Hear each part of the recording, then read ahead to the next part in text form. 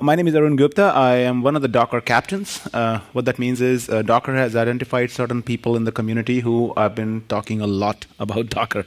So I know a few things about Docker. I'm also a Java champion, so that's sort of my credentials, so it kind of makes me qualified to give this talk, Docker for Java developers. How many of you think you had too much Docker at the conference this week? Just one? Really? Okay. All right, that's cool. How many of you know the basics of Docker? Pretty much. Okay, so we can skip this slide, jump right to Kubernetes and Mesos, and then talk about that stuff.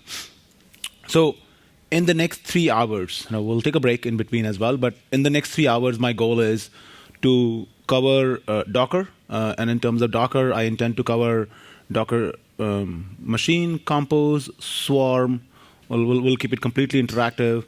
Then I'll jump into Kubernetes, what Kubernetes is, how does it compare with Swarm, and then finally show a little bit of Mesos as well, what Mesos is, how does it compare with other frameworks, orchestration frameworks. Given time, I might be able to show something with NetBeans, IntelliJ, Eclipse, what sort of tooling for Docker do they provide. Given more time, I might be able to show more fun stuff as well. But the way I encourage is heavy participation. So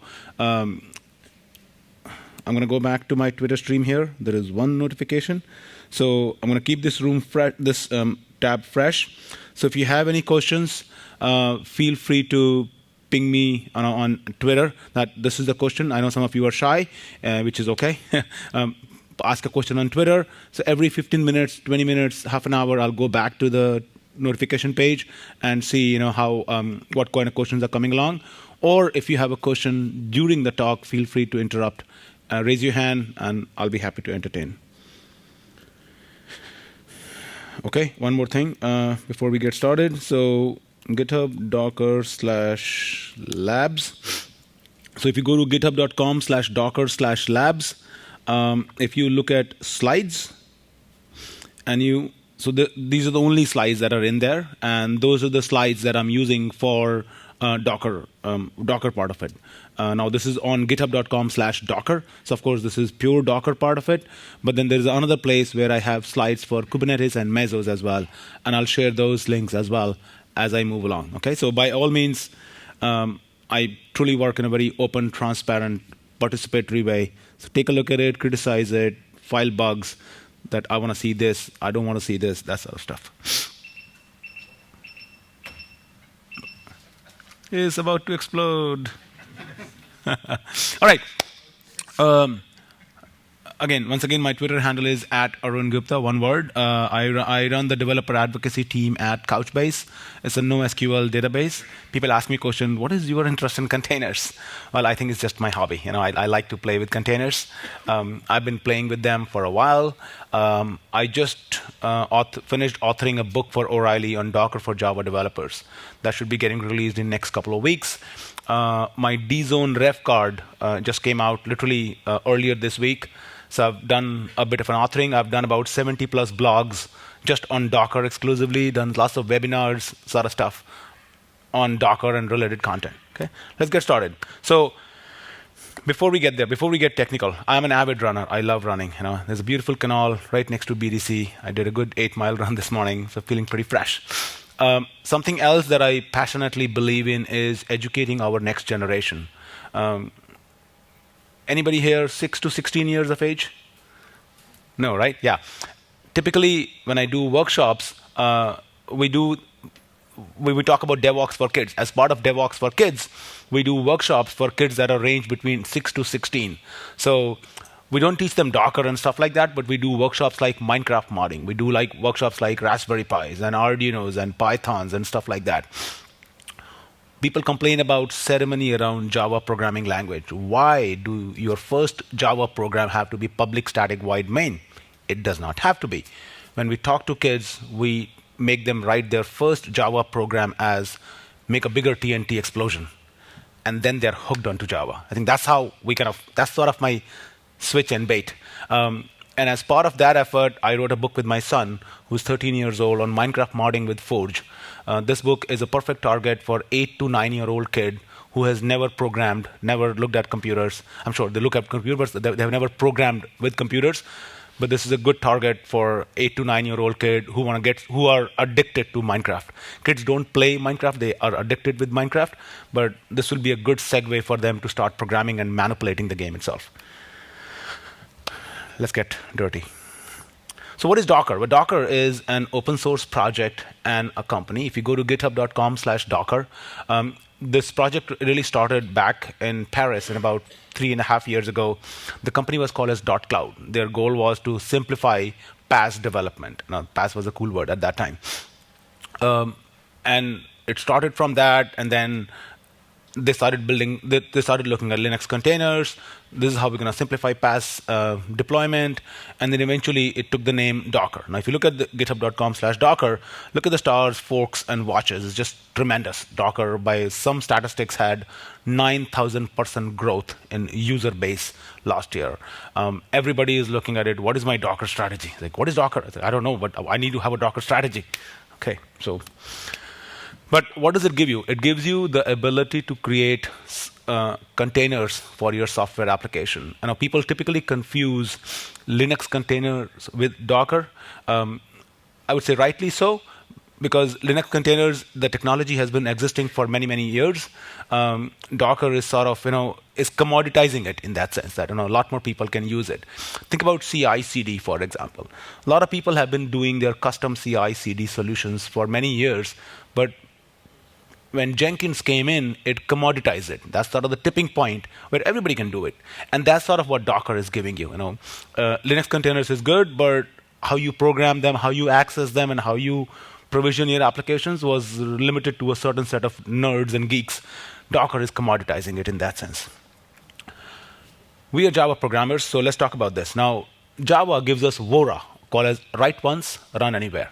And why is that possible? Because I write my Java code, compile it into a bytecode, and then that bytecode is then running on a variety of machines just because there is a JVM, and that JVM understands the bytecode. In a similar fashion, Docker gives you PODA, or package once, deploy anywhere. What that means is, you build your Docker image, which is basically your entire application, your entire infrastructure, and dependencies, and libraries, all of those together. You package them together as an image, and you run it as a container wherever Docker engine is running. So think of your Docker image as your bytecode, and your JVM as your Docker engine or Docker host. Docker engine understands that Docker image format, and it runs it. Now, VORA is truly cross-platform. PODA is not, because when you say, I'm going to create an image, and the image is going to include an operating system, does that mean an Ubuntu will run on Windows? No. So there are certain limitations in that sense, but it's still fairly reliable. At a very high level, what is Docker mission? Docker mission is to build, ship, and run. Everything Docker talks is in terms of those. And towards the end, we'll take a look at it. What does it really mean? And how does Docker product and portfolio kind of fit into these technologies? But essentially, the idea is, you want to build your applications on your desktop, then you deploy in your data center or in your cloud, wherever it is. And your applications are distributed. Each application essentially consists of maybe a web server, an application server, or some sort of a serverless architecture, or some sort of messaging infrastructure, some sort of a database. Each of those applications, each of those components rather, sort of becomes a container. So you need a mechanism, a developer workflow by which you build those applications, by which you ship those applications, that means share with others, and then eventually run those applications, scale those applications, monitor those applications, and that sort of stuff.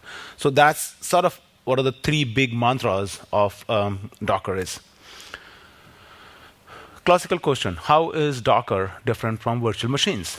Now, if you take a look at it on the left-hand side, you of course have your infrastructure, whether it's laptop, cloud, or your data center. Let's say, for development purposes, I take my MacBook as my development laptop. On top of that, I have a host operating system, say OS X Yosemite. On top of that, I will run a hypervisor, which is a type 2 hypervisor, say VirtualBox. I could run a bare metal hypervisor as well, but convenience, host operating system and hypervisor. On top of hypervisor, if I want to get a Windows experience, but if I want to get a Ubuntu or a CentOS experience, I'll install that particular VM on my type 2 hypervisor. And then let's say my application needs to run in Windows. I'll go to that VM, package my application, use that / whatever that is in Windows, and then I will run my application in that environment. If I want to run that application in Ubuntu, I will do that in Ubuntu. Come to the right side, which is how Docker allows you to package your application. There's still the same infrastructure. Instead of a host operating system, there is an operating system. On top of operating system, what you have is a layer called as Docker engine. And on top of Docker engine, where is you drop your application. That application includes a very minimal operating system. What that means is basically, only the user space for the operating system. If you take an operating system, it's split up between a kernel and a user space. So it relies upon the underlying kernel, and that's the dependency where it doesn't give you true PODA. So it relies upon the underlying kernel, but then it has a user space that is packaged up in your application. In user space, I mean JDK. User space, I mean my database. In user space, I mean my application server. Whatever that is, those are the ones that get packaged up there, and I deploy on my Docker engine. The Docker engine understands that format, and then it runs that image over there. So let's look at the 3 main aspects of Docker: build, ship, and run, and what that really means and what that means for us. So by build, as I said, what we really mean is building an image. Okay. Now, when I build an image, the image is built using a file called as Docker file with a capital D typically. That's the default name. That's what people use all the time. In the Docker file, the very first statement, the very first non-comment statement needs to be a from, which says, what is my base operating system? So in this case, I'm saying Ubuntu. So that's my base operating system. That means underlying operating system has to be some sort of a Linux. Okay. And then all I'm saying is CMD, which is sort of my entry point to the container. And I'm saying echo hello world. Very simple image here from Ubuntu, command echo hello world. So this is essentially these 2 lines. If they're written in a Docker file, a text file called as Docker file, if I run it, or if I run a command, then it'll build my Docker image. Let's take a look at a little bit more complex. Does that mean, if there are base operating systems, does that mean I have to every time start from an operating system, every time package my JDK, every time package my dependencies? Not correct.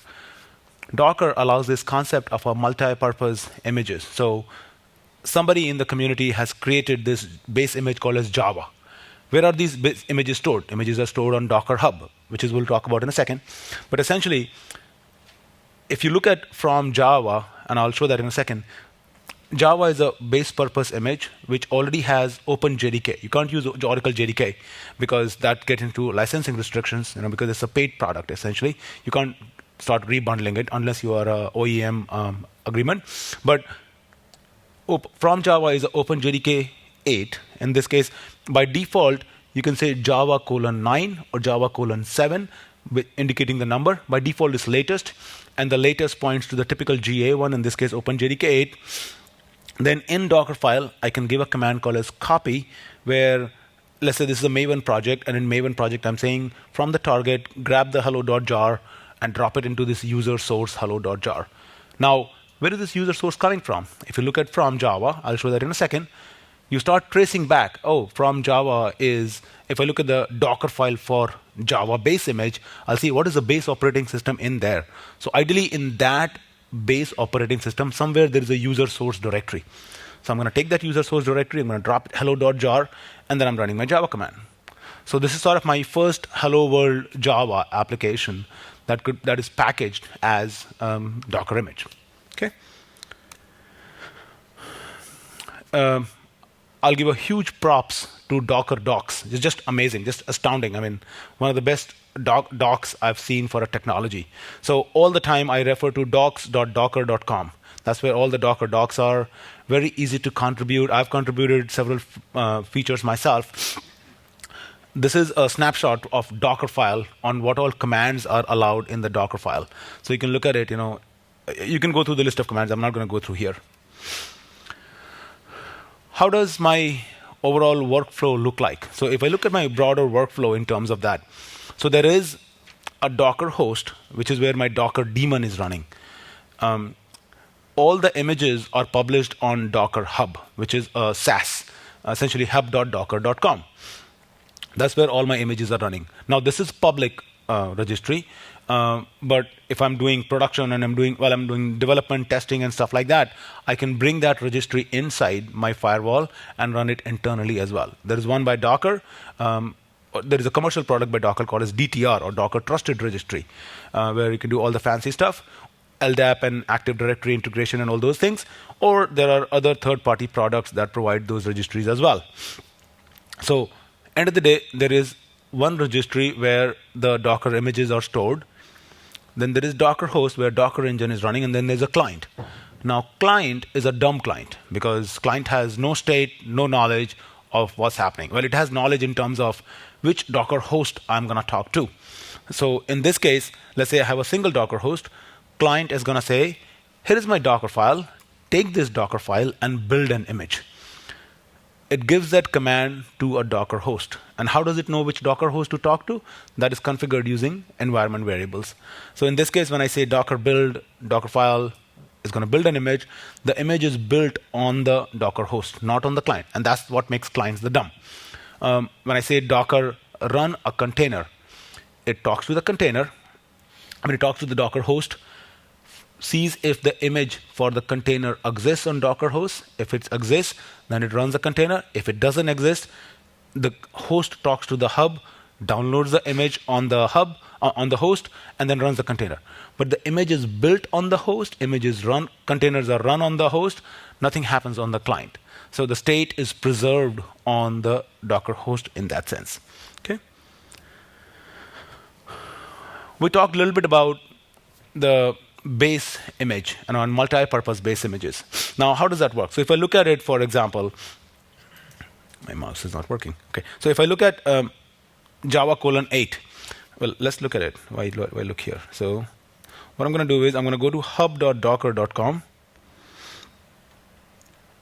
Okay, and I'm going to search for Java base image here.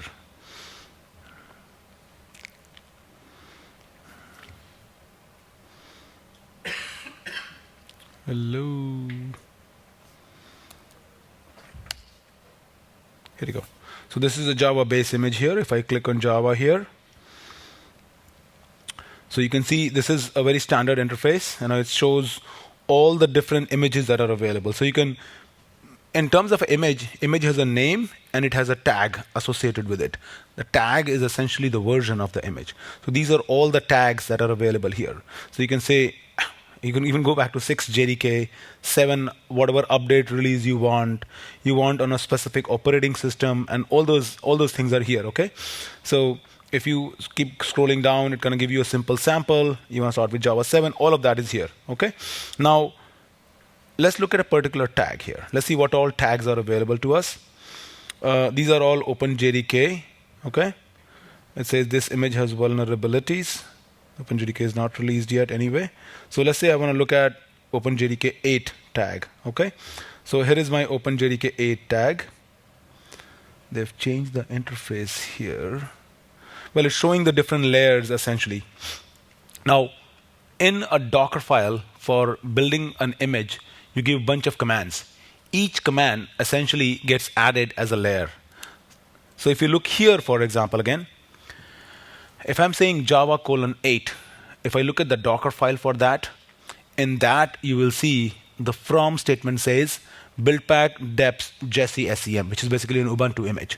Then that further goes to Jesse curl. That further goes to, actually, it's a Debian image.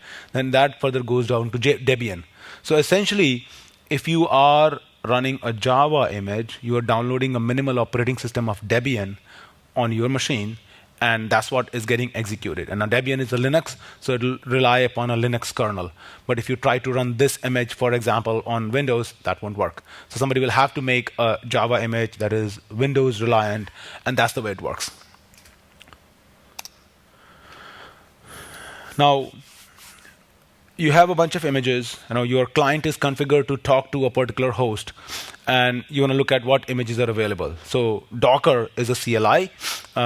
with the CLI, you can give a bunch of commands. One of the commands that you can give is Docker images. So if I want to look at what all Couchbase images are existing, then I'll say Docker images Couchbase.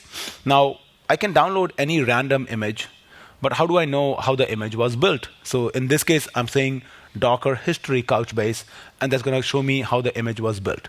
So if I start looking at it over here, you can see at the bottom there is 135 megabytes. That's sort of my base operating system.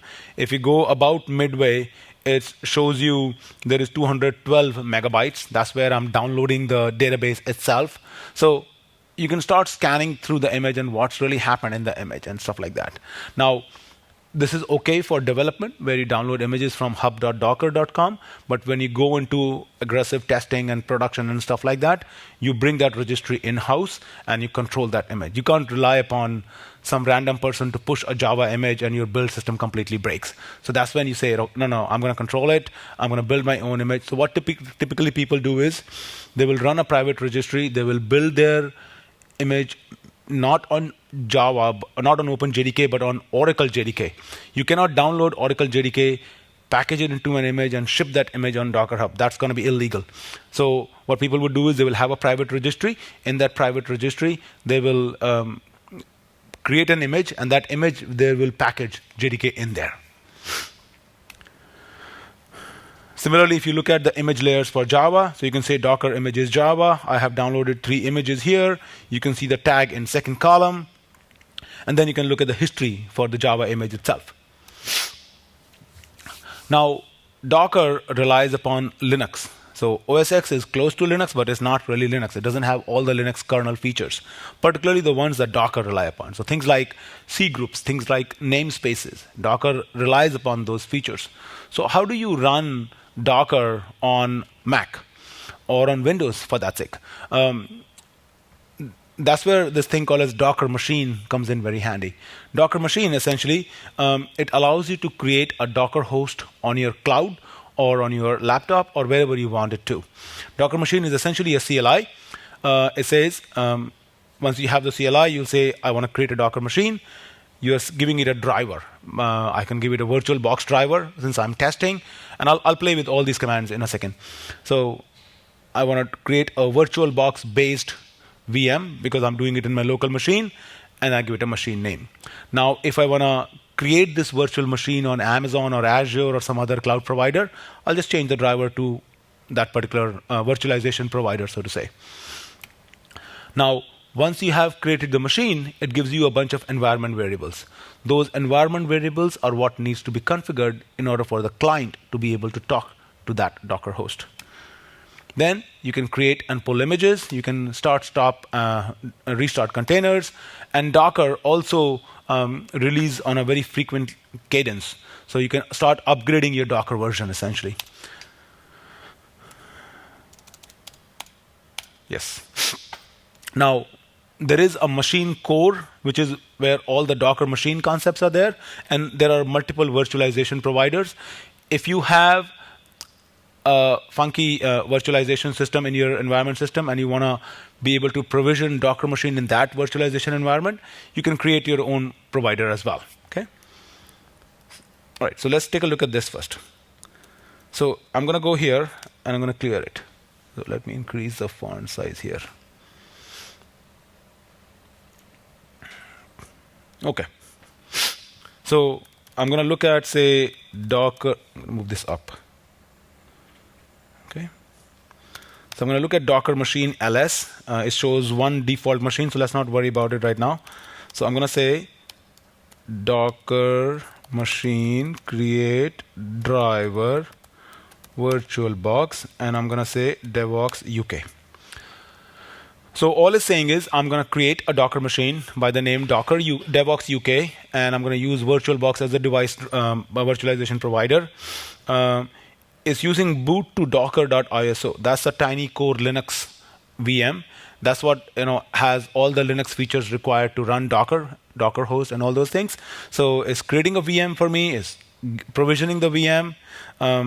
While it's doing that, if I open up another shell here and I say Docker machine ls, you can see this is being created. It's giving an error here right now because something went wrong because the machine is not provisioned. But essentially, That's what is happening behind the scenes. It's provisioning the VM and getting it fired up for you.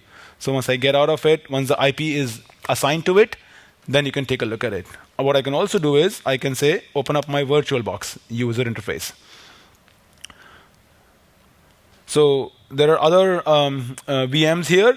Default is powered off, but DevOps UK is now running as well. Okay, so it's integrated in that sense. Now let's take a look at Docker machine ls. That's a clean output now. It says, well, this is running. When the client is talking to the Docker host, yes, there is a CLI, but on the wire, what goes is a REST call. That REST call is over TCP, and that's what this TCP protocol in the URL column is shown. So you see here, this is TCP-based protocol. This is the IP address assigned to the machine, and this is the port on which is listing the REST requests. And this is the Docker version. This is the most recent Docker version released, I think, last week. Okay, so now if I look at, say, Docker machine, env, devox UK, it shows me the different, I'm sorry, let me move it up. I love the devox Belgium kind of style seating. It's a theater style seating, goes like this, everybody can see it nicely. But these are the environment variables that needs to be set in order for me to be able, for me to configure my client to talk to the Docker host. And how can I do that? I can just, well, I'm lazy here, so I'm going to just copy this command here and paste it. Okay? So now if I open up a new shell and I say, show me Docker variables, nothing is set. But if I get out of this and I do the same command here, it shows me those variables are now set. Okay? Now here, if I say Docker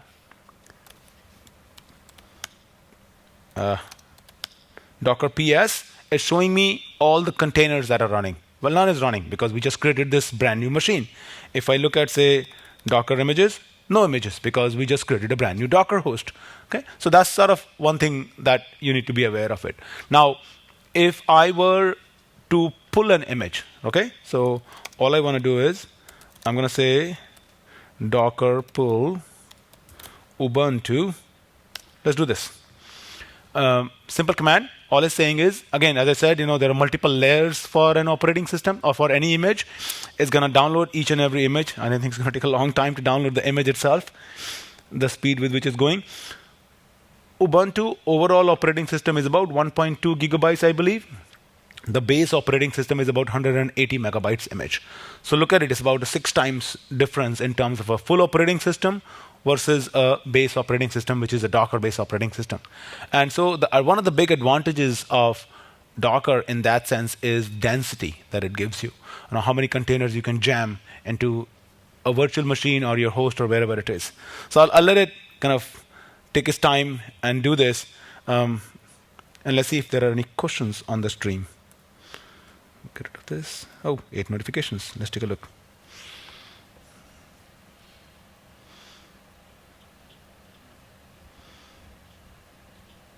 Okay, no questions so far. Any questions in the room? Yes?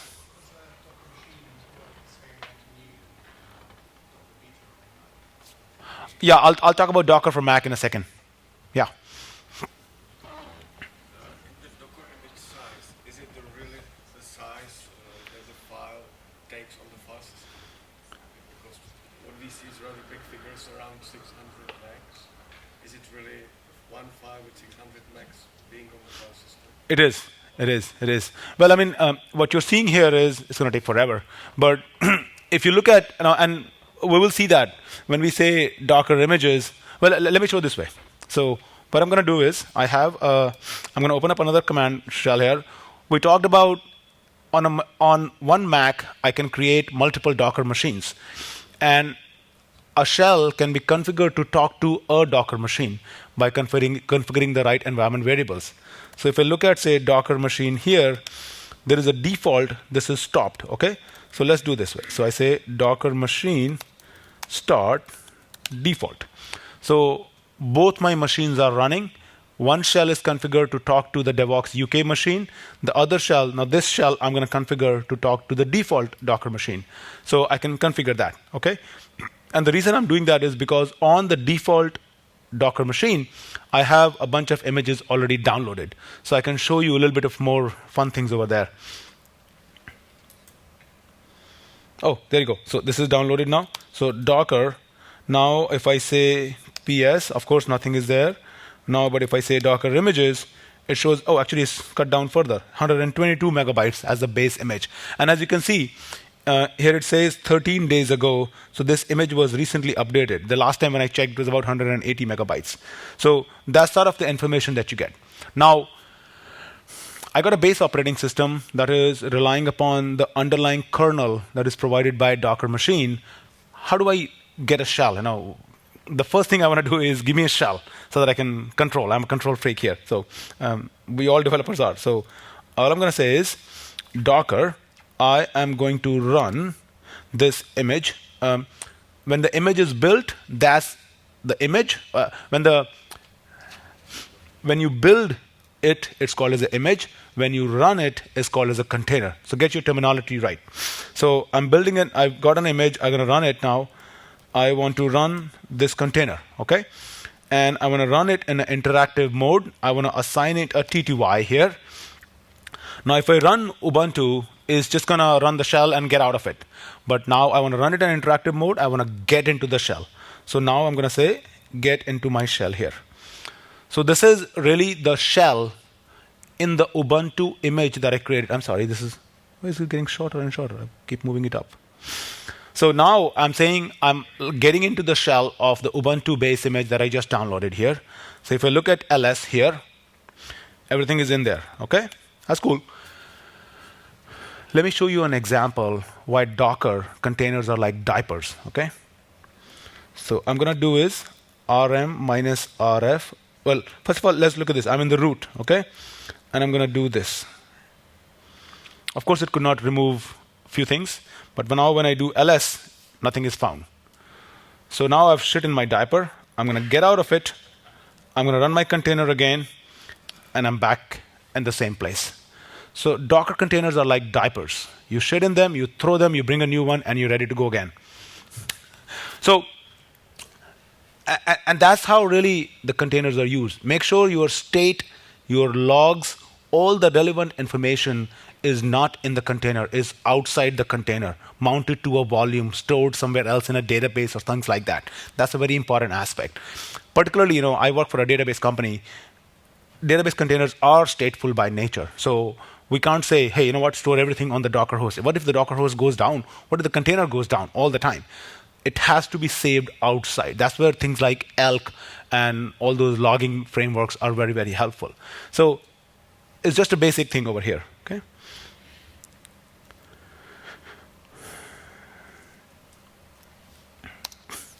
Now, Docker machine is cool, but it really requires you VirtualBox. It has a dependency on a third-party software provided by Oracle.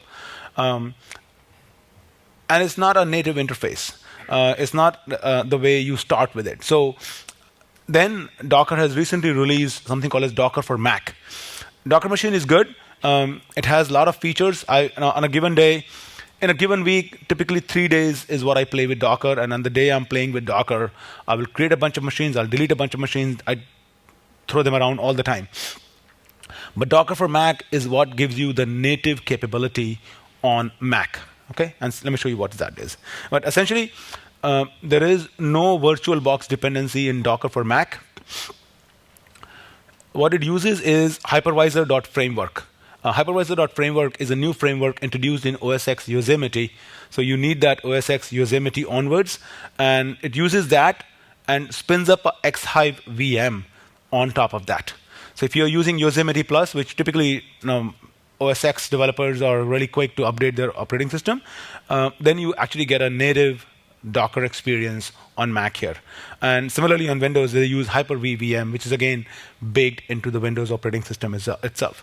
So I've been running Docker here, so I'm going to get out of it. Let's show what Docker machines I have here.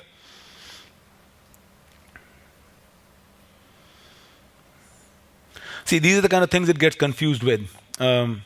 is somehow getting confused with the X509 certificate. Remember, we started 2 Docker machines. Is somewhere is getting confused, like which Docker machine are you talking about? The certificates are kind of screwed up. So what I'm going to do is, I'm going to say Docker machine stop devox UK and default. I'm going to stop both those Docker machines because I don't care about them at this point.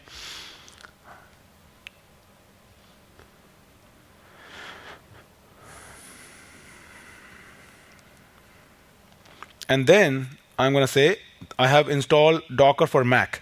Anybody can sign up and get access to Docker for Mac. All you need to do is go to beta.docker.com and request access. Essentially what they want is your Docker Hub ID. Once you provide your Docker Hub ID, they associate it with your account, and then you just get it. So now what you see here is Docker for Mac is what I'm using.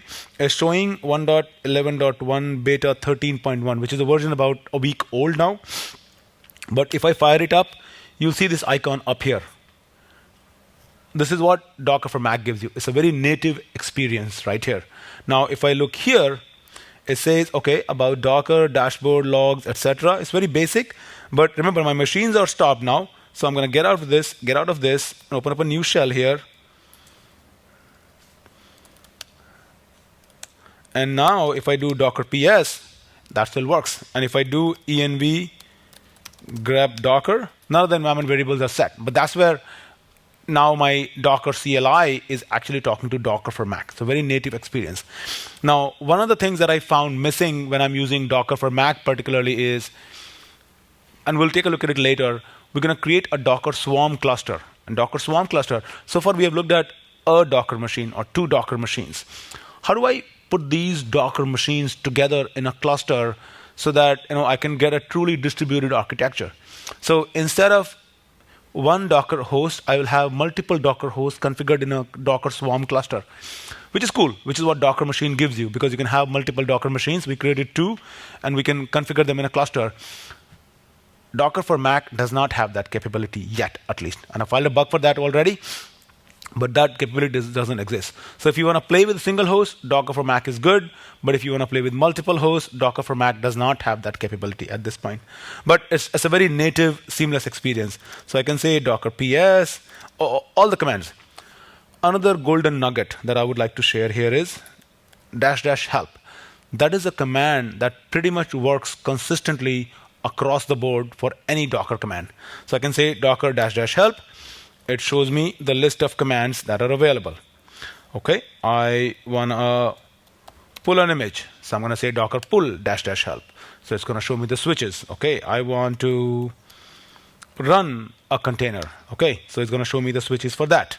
Okay, now I want to Docker machine create --help. How do I create it? So okay, it shows me the whole bunch of commands that it takes. So now I want to say -d virtual box. Show me virtual box specific options. So now it's showing me virtual box specific options. So --help is really what I use most of the times. And if it's not there in --help, then I go to docs.docker.com if I want to read about it. Most of the time we want to be like, show me the real command. Don't give me story. Don't give me history. Just show me the real command, and I'm good. I'll read the story later on. And that's where --help is very effective for me.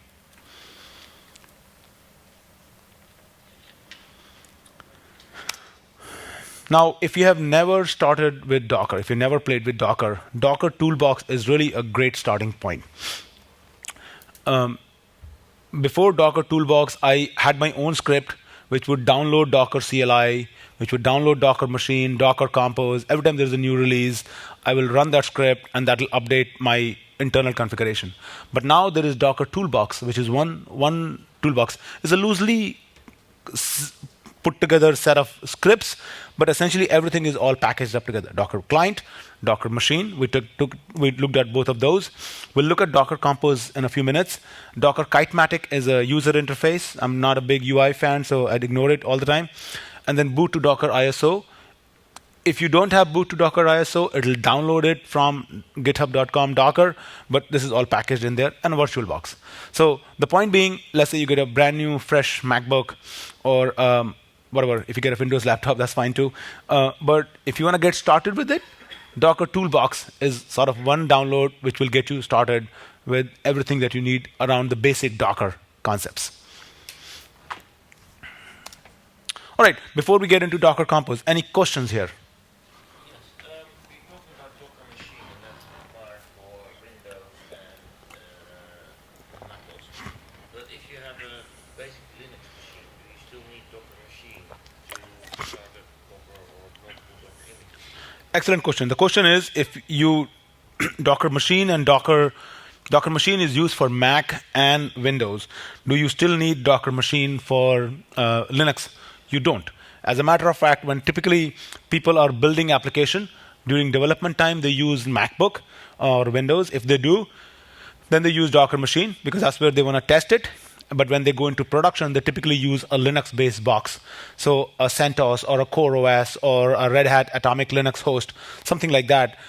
There, you just have yum install and apt-get, and it gives you all the functionality.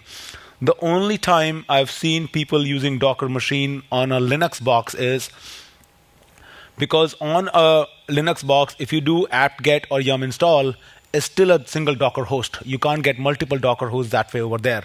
So what they would do is they want to create a multi-host on their development laptop, and their development laptop happens to be Linux. So then they will download Docker machine, and then they will play around with, create multiple Docker machine to create a swarm cluster.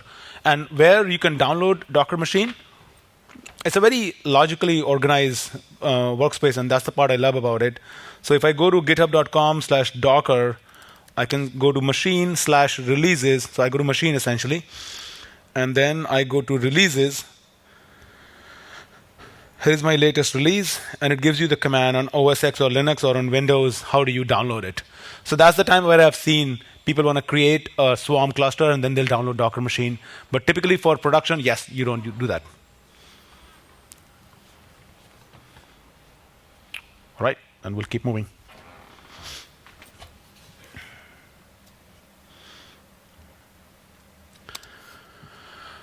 Now, my goal here is our customers ask us, how do you run Couchbase in containers? What is the command that you do? Now, typically when I'm running Couchbase as a database in a container, as I said, I want to mount a volume. If I'm development, then I would like to store all the data in my home directory, not in the container, because the container goes away. I want to bring a new container. There are certain ports that I want to expose because those are the ports that are in the container, but I want to expose them on my host so that I can actually access the container because they're not exposed by default. So here, I can do Docker run, blah, blah, blah, I can do all that commands here. So, well, let's take a look at it first. Let's feel the pain first. So if I go here, so if I look at Docker images here, it shows me a whole bunch of images that are available here already. Okay, so this is a custom image that I've built. It basically uses Couchbase and configures it using its REST API. So I'm saying Docker run, and I'm going to run it in a detached mode. And I'm going to say Couchbase, my image name. Then I want to expose certain ports. So I'm going to specify the range. So this is the host port, this is the container port, and then I need to expose another port here. So I'm going to do that, and maybe I need to do a couple of more switches. But does that mean I remember this entire script every time by heart? So if I do this, it's going to fire up my container, and the container is going to be ready. Okay. So since I'm using Docker for Mac, I can go here. I can say 127.0.0.1. If I do 8091, I see my Couchbase web console. It's available here, and it is still configuring it. If I want to look at the logs here, I can use this container ID, and it's going to show me the logs. And this is the output from the REST API, which basically says this is how my container is configured. So now I refresh it. This is already pre-configured, and my Couchbase web console shows up. So that's kind of cool. Another trick that I want to show you here is let's take a look at this. Docker PS.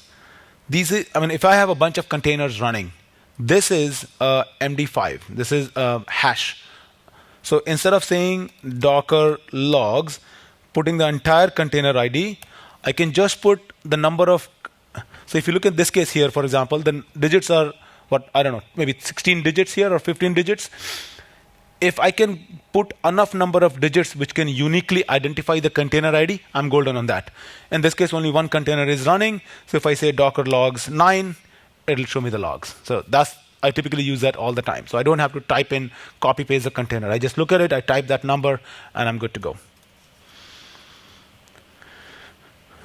Now, instead of typing that entire command, I can put all of those configuration in a compose file. So this is how a compose file looks like. Essentially, is a YAML configuration file, which is where you put all your description. I'm saying it's a service. Only one service is running. That's the image name. That's the volume mapping, and those are the ports that are being exposed. So essentially, what I need to say is Docker compose up. Just bring up the services, and you're good to go. Now, what I wanted to do is I wanted to build an application where my Java application is deployed in Wildfly, and that is talking to a database. And the database of my choice was the Couchbase.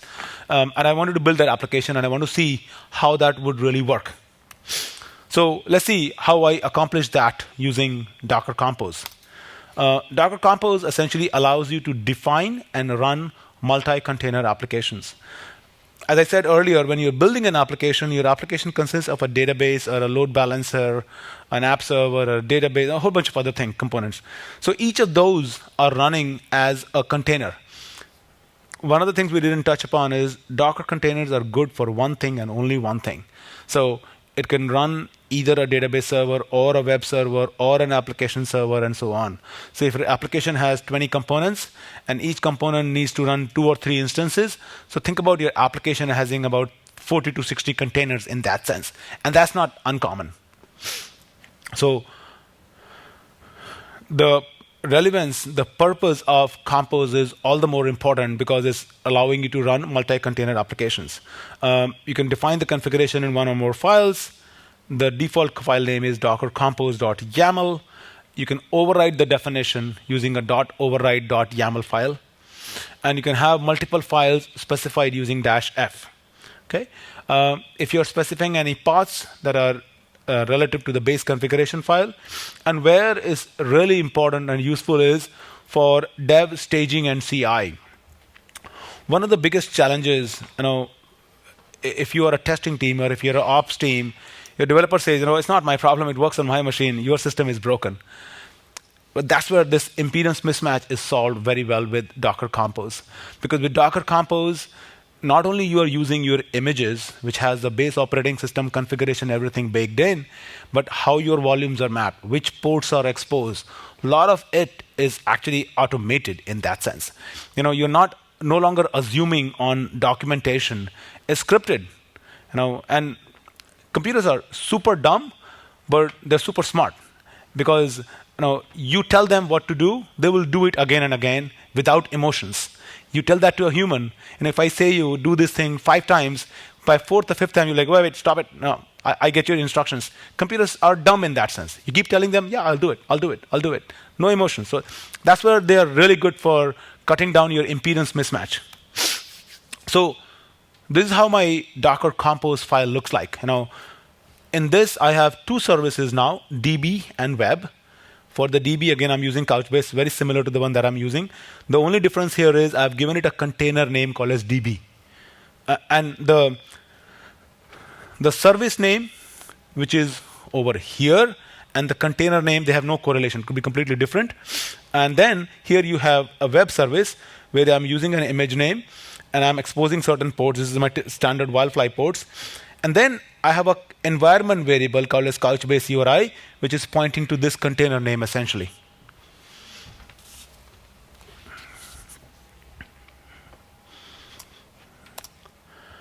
And when your application is running, all it needs is a handle to the database, IP address, host port, whatever that is required. And that's what this is facilitating for you. Now, yeah.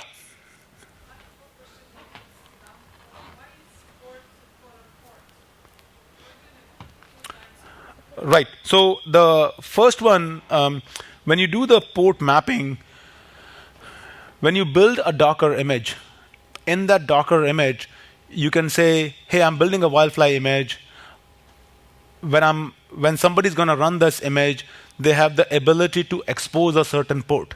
Because I don't know what Wildfly default port is, so I can say expose, which is a command for Docker file, expose 8080. But that means when the container is running, 8080 port is exposed. So that's one port. The second port is when I'm running that container on a host, I'm saying, oh, take that 8080 and expose it as 8080 on the host. So the syntax really is -p host port : container port. And that I'm glad you asked that comment, because that particular comment is absolutely relevant right on this slide. So here, for example, I'm running my Wildfly service and I'm exposing certain ports, okay? 8080 host : container. In the same directory, if I have a docker compose .override.yaml, I can say, you know what? I don't care about 8080 port.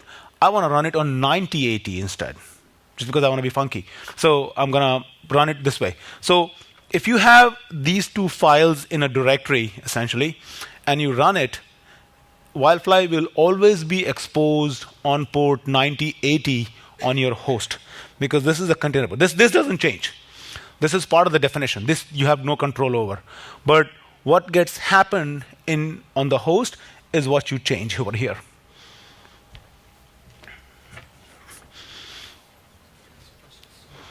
On the previous slide, when you gave a name to the container, and then you're referring to that name on your environment variable, right? Do you need to do the link or not? Because when I spin up separate containers, I usually do the link, and I don't know if Docker Compose is behaving differently. Yeah. Thank you for asking that question. Now, Docker links is legacy, first of all. Don't use Docker links. Use links if you are before Docker 1.9. In Docker 1.9 is where they introduced networking. Docker links, first of all, if you're using Docker links, that is restricted to a single host. They don't work across host. So that's a single point of failure right there itself. So I never liked that whole concept. The variable naming scheme is very, very crappy. I've given a hard time to Docker about that. So -- links, don't use that. This is across host. That's why this is the recommended way. So, and then we are still looking at multi-container on a single host, where it becomes interesting, where you deploy this multi-container on a multi-host, where it starts creating an overlay network, and then it will work across host as well. So that's been resolved automatically? Oh, yeah. It automatically creates an overlay network for you. It's very seamless in that sense. So, and the good part about this is you're giving a container name as DB. You're giving a Couchbase URI as DB. So what I did is I went under the hood. I looked at the Wildfly configuration file. And the configuration file also what is stored is DB, the container name. So the binding of the environment variable to the IP is very late stage. So that if your container is running on a different host, you can still bind to the right IP address.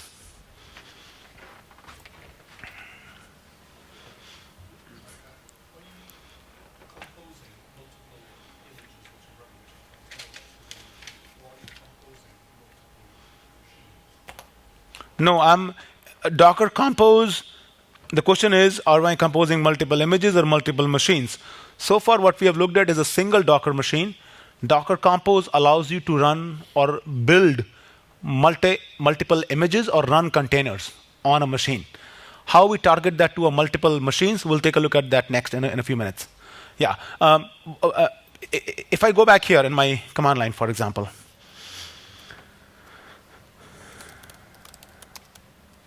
once again, -- help here. So it shows me all the commands that are available. So I can do this. Now, if I go to docs.docker.com/compose,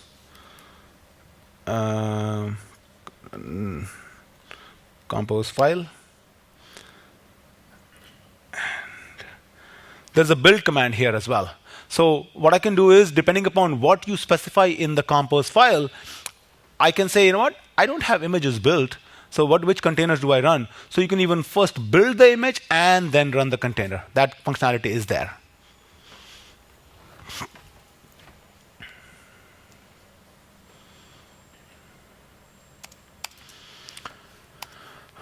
So we talked about impedance mismatch. How do I reduce the impedance mismatch? So here is an example. Now, in this compose file, it's a simplistic compose file, but essentially what I'm saying is I have a container named dbdev. I'm pointing dbdev. 8093 is my default query port for Couchbase, and the Wildfly port is exposed 8080. So if I do docker compose up-d, this is cool. It just brings up my default development environment. Because I'm pointing to dbdev. Now, if I have a production.yaml in the same directory, then in the production.yaml, I could say dbprod. I'm changing the Wildfly port. It should be other way around, actually, because the first is the host one. So I should say the 8080 on the container is exposed on 80, because this is production now.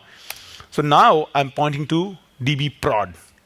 And if I say docker compose up, yes, use docker compose.yaml, but override the specific parts from docker compose by production.yaml. So this allows you to kind of set up multiple environments just using different configuration files. The compose file syntax can be very complex. You can have inheritance, you can start defining reusable blocks. So I would say I would highly recommend taking a look at the compose file definition. It's very well documented on the docs.docker.com. Let's see if there are any more questions on the Twitter stream here. 4 new notifications. Not yet. Okay. Any questions in the room?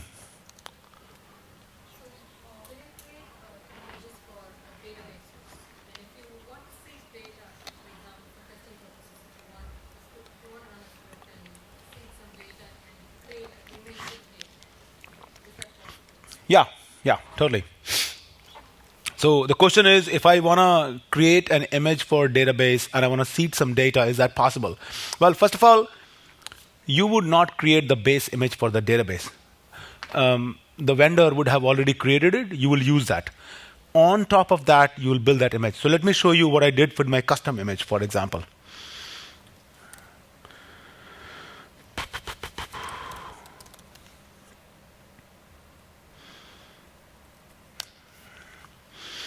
So here is my Docker file. Well, let's look at hub.docker.com first. So Couchbase has published their Docker images up here. They're up over here. You can see the images, how to use them, all that stuff. That's not interesting.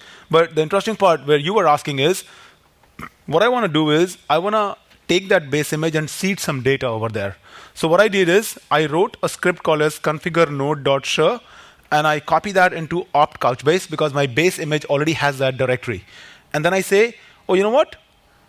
Don't use the entry point for Couchbase. Don't fire it up. I'll take care of firing it up. But before I fire it up, I'm going to seed some data. So let's take a look at this configure node.show script.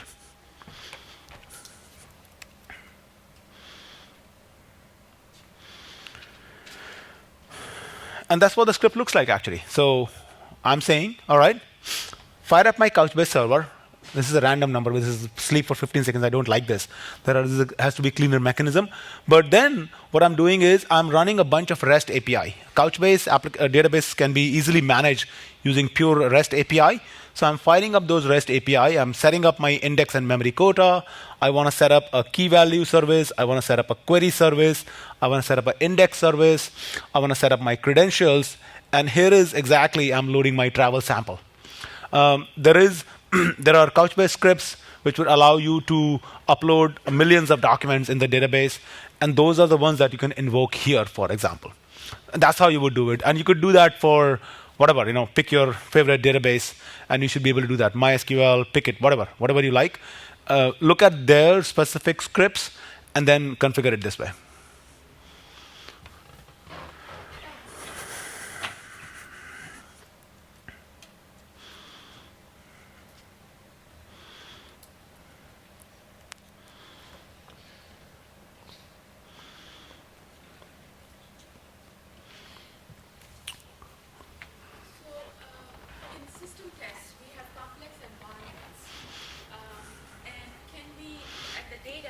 used in, let's say, functional testing, can the same data, suppose in a database, be carried over for production testing? Can all that be replicated? Yeah, absolutely. The question is, I'm using a certain set of data for functional testing. Can that be used for production testing as well? So as I was explaining earlier, when you create a database container, make the container as stateless, store the state outside the container in a volume. One of the concepts in Docker is called as DVP, which we're not going to talk about today. It's called as Docker Volume Plugin. You can use the Docker Volume Plugin to plug in any volume with Docker. And that volume could be Gluster, Ceph, NFS, whatever it is, static file for that sake. So what you can do is, when your database is running, let the database container run. All the data is stored in the container in the volume outside. And when you are going into production testing, you bring up your container and point that to the same volume. So the data can definitely be repurposed in multiple ways. Yeah. But when you want to share the same data to some other developer community, you have to do that. It's a volume. It's a volume mapping. Because the data is stored in a volume, essentially. So the volume isn't in my machine. No, volume, well, if you think about Gluster or Ceph or NFS, those are in a network. Yeah. And in any sense, when you're doing your unit testing, then it's okay. You do with small amount of data anyway. That could be on your Docker host. But when the moment you get into functional and all those testing, then you don't want to be it on your machine. Keep it outside your machine completely. And that's what makes it accessible outside to other developers as well.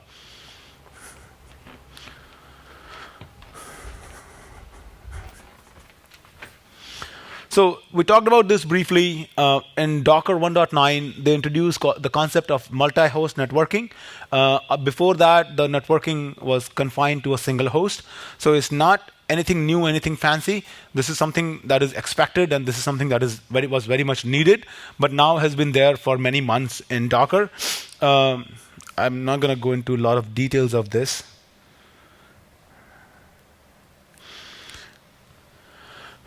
Essentially, it allows you to create virtual networks and attach containers to that network. There's a bridge network, which is basically a network on a single host, or there is an overlay network that can span multiple hosts. Let's look at the fun part of it, though. Okay. All right. So let's talk about Docker Swarm. Now, so far, what we have looked at is a single host, and on that single host, I'm spinning up multi-container applications. As I said, for a distributed architecture, the single point of failure. I don't like that. I don't want that. That is not recommended. Docker Swarm gives you native clustering for Docker. Essentially, it's a multi-host Docker. The beauty of Docker Swarm is you have created a Docker machine. Let's talk in terms of Docker host. You have a Docker host. You can have another Docker host and another Docker host, and you can configure them in a Docker Swarm cluster. And then you can target your CLI to talk to that Docker Swarm cluster as opposed to a single host. And how does that work is, when you bring up a machine, and I'll show you that, when you bring up a machine, at that point of time, you can say, hey, by the way, I want this machine to be part of a Swarm cluster. When you configure a Docker host on a Unix machine, then you can say, I want this Docker host to be part of a Swarm cluster. So there are switches that you can specify which allows you to be part of Docker Swarm cluster. Similarly, when you fire up a compose script, which is a multi-container application, you can target that multi-container application to a multi-host Docker, which is Docker Swarm. And the beauty is, it really serves the same. And remember, we talked about how Docker CLI talks to Docker host using REST API. Now, whether it's a single host or whether it's a Swarm cluster, they both serve the exact same API.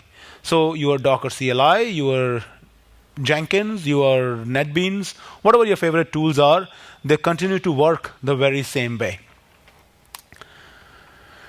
This is actually 1.2, not 1.1, and ready for production. When you fire up a container, you can set up the restart policy. That means if the container fails, automatically restart it. So that's cool. One of the missing features from Docker Swarm, it's not experimental anymore, was how do you reschedule containers when a node fails? When the container fails, you can restart. When the node fails, I want the container to be restarted on a different host. Again, to minimize your SPUF. So it has better node management as well. And what we have seen is being able to create a Docker Swarm cluster for 1,000 EC2 nodes and running 30,000 containers on that. So that's sort of the scale we are talking about it. How does the whole architecture really look like? So this is sort of what the main key components of Docker Swarm are. Okay.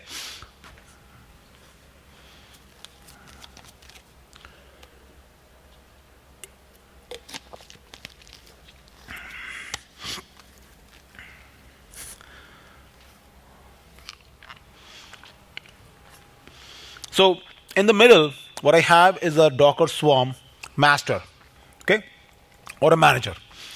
You could have a single manager, or you could have multiple managers. So there's a primary manager, and there's one primary.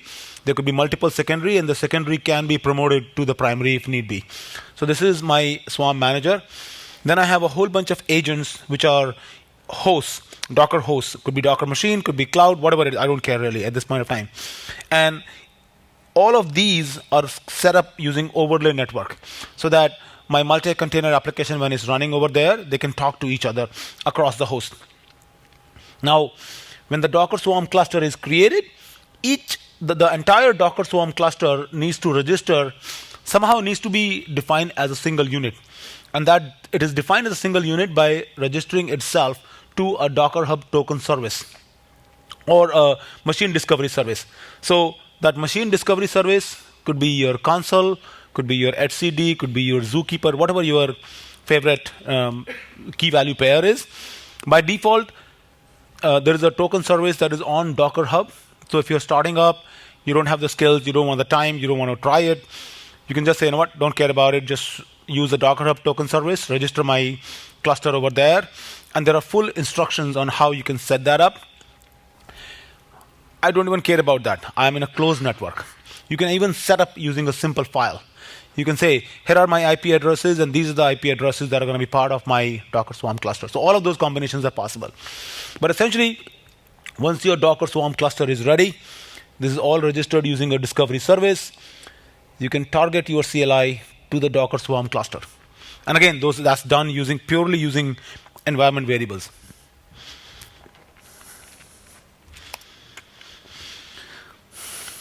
Now, when you're running your multi-container application, how do you know which node the container is going to run on? It's defined either using CPU requirement, memory requirement, or the number of containers. And that's what they call as a scheduling strategy for containers on a cluster. Essentially, when you're creating a Docker machine, at that point of time, you can say, hey, here is my strategy. My strategy, what the strategy could be? By default is spread. That means it looks at all the hosts in the cluster. Whichever host has the least amount of containers is going to throw your new container over there. There is another strategy called as bin pack. Bin pack means just jam as many containers on a host until you can't fit anymore, and then you look at the next host. The third one is random, which is mostly for debugging. And one of the main concepts of Docker is batteries included but replaceable. What that means is these three strategies are there by default, but if you want to build some other strategy, you can create those. And there are API for pluggable backends, for example, Mesos, that's coming as well. So what I wanted to do was I wanted to try out, one of the talks I gave yesterday at a different conference in London only, it's called as Container Sked. I was talking about how do you simplify your complex deployments using machine, swarm, and compose. Okay? So first I will talk about the infrastructure, then I'll show you exactly my script, and then we'll create a swarm cluster, and then we'll have fun with it. So I can use Docker machine to create my swarm master and swarm agents. Then I can use compose to guide my application and redirect it to a swarm cluster. And then in the compose itself, Docker compose script, I can start saying scale my services, stop my services, and so on and so forth.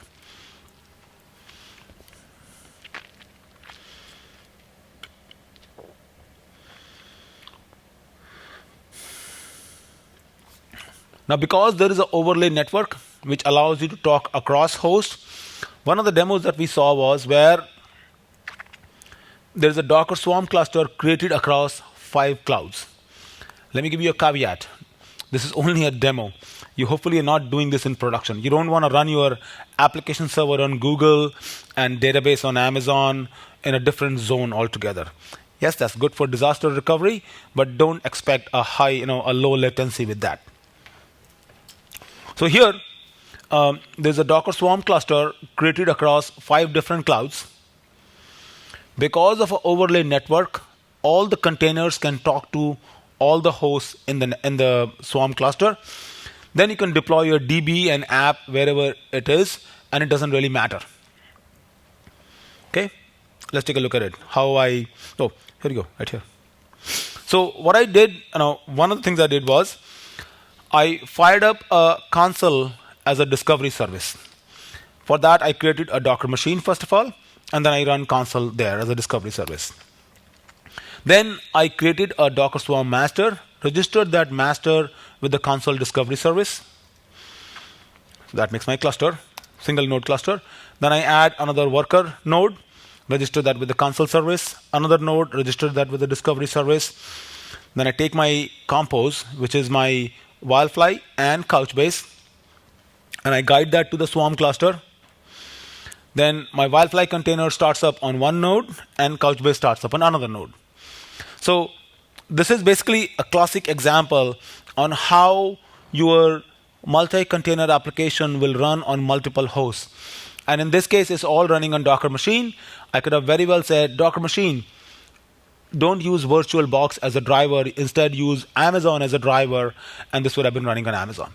So literally that one switch is what makes a change. And I'm a true believer, and that's one thing that I strive for. I don't want to make 50 different switches. I want to abstract it out so that one single change allows me to change my infrastructure. That's what I strive for. And this is what allowed me to do that.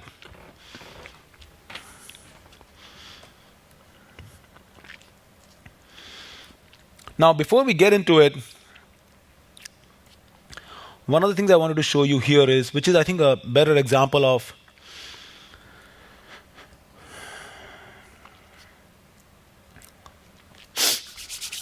Docker Swarm, and I'll walk you through the script here. So we saw this setup, Swarm master, node 01, node 02, console machine. This is a Docker Swarm cluster.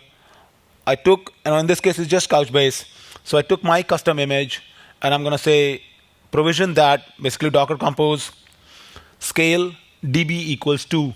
So it's going to start up 2 instances of Couchbases on any 2 nodes. It's a spread, so it doesn't matter. So my 2 instances of Couchbase are provisioned here in the Docker Swarm cluster. Couchbase has this functionality called as cross data center replication, where I can set up Couchbase in one data center and in a different data center and a different data center, just for disaster recovery. It could be spread across the world, and I can set up cross data center replication, that anything that goes in here is replicated over there. It could be a one-way replication, could be both-way replication, could be multi-way replication. All those functionalities are possible. Typically, that's a very complex setup. Somebody who's brand new to Couchbase is like, oh, how do I set this up? So what I did was, in order to understand it better, I use machine, compose, and swarm to set that up. And how? Let's take a look. So I created a Docker Swarm cluster, registered that with console machine. I created another Docker Swarm cluster. Think of this as a different data center. In my case, they were both running on my local laptops. But, 2 completely unrelated Docker Swarm cluster. So I could have potentially created one on Amazon, one on Azure. And that's what I intend to do, as a matter of fact. So these are 2 Swarm clusters. I took a Docker compose file. I said, go run 3 instances of Couchbase on one cluster and run 3 instances of Couchbase on a different cluster, and then set up cross data center replication between them. All of this was essentially done using machine, compose, and swarm. So what I'm going to show you next is, how did I go about doing this? How did I create a swarm cluster? How did I set up all this using the script, the Docker scripts.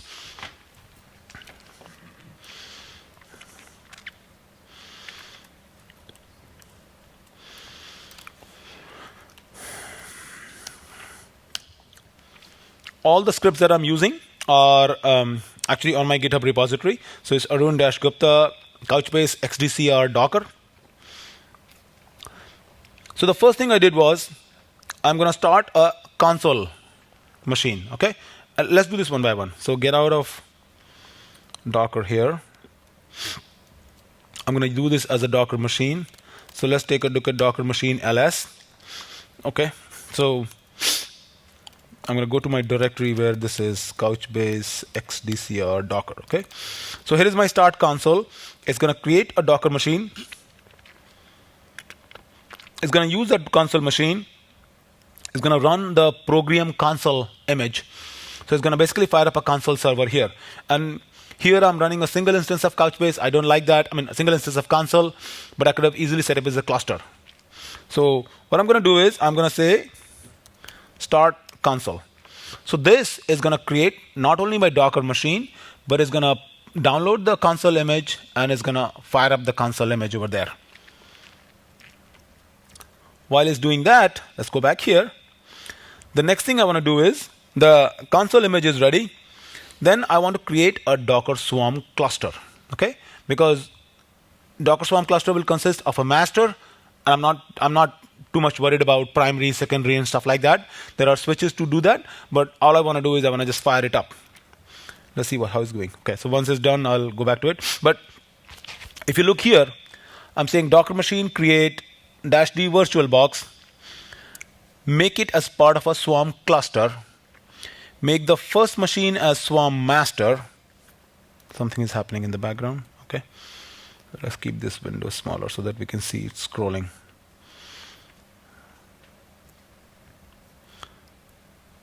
So see, on the back end, you can say, it's not able to find the program console because it's a brand new machine. So here is just downloading the console image, and it's going to fire up the console server as well for me. So now, back in the script here, I'm saying, okay, I'm going to make this as a Swarm master. I want to set up the Swarm discovery. You need to say this Swarm master has to register with the discovery service. And I'm saying use the console protocol, use the IP address of the console machine. This is the port. And I'm saying use a key value. Console, and you can set up multiple clusters. And here I'm just saying cluster, and I'm giving it a name called as A. Just convenience. So cluster A. And I'm giving some engine, the Docker engine options. So, and the host name is essentially going to be Swarm Master A, whatever name I give, for example. So this is my first Docker Swarm Master. Then I'm creating a Docker Swarm node 01. And in this case, I'm saying Swarm, but I'm not saying Swarm Master. So this is going to be my Swarm worker. Same Swarm discovery URL. And I'm saying Swarm node, whatever it is. So on the background here, this is done. So what I'm going to do is I am going to fire up Docker Swarm cluster, call it as A. So let it run in the background. So essentially it's now creating my Docker machine for master, then Docker machine for node 01, then Docker machine for node 02, and it's going to configure. So remember when we created a single host, in the single host we said Docker machine env, the machine name. But the moment I say --swarm in the env variable itself, and I give it a pointer to the Swarm master, now my environment variables are set up to talk to the Docker Swarm master. So whether I'm talking to a host or a single host or a Swarm master or a Swarm cluster is purely configurable using this environment variable essentially.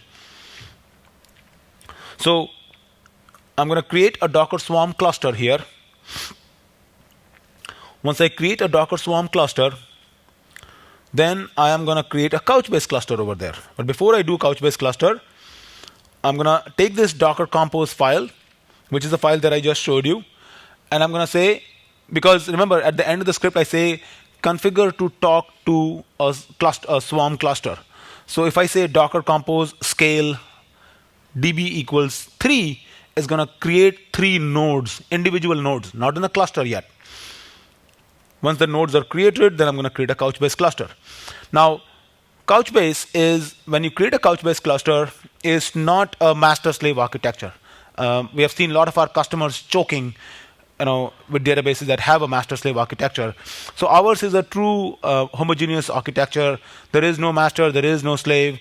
They're all homogeneous nodes. You can pick any as master and say, there are 3 nodes, so pick first one and say add this node to this node to this, and then all are masters essentially. And we do auto sharding and all that fun stuff. So essentially, in this case, what I'm doing is just for convenience, because I needed to automate this.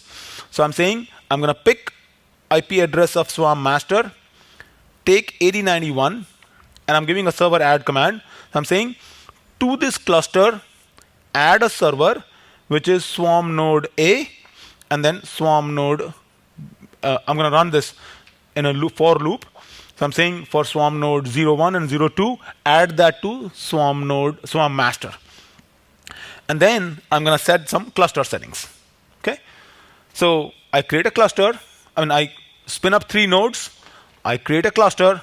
And then the last thing I need to do, because there is, this is a database, so there is stateful containers.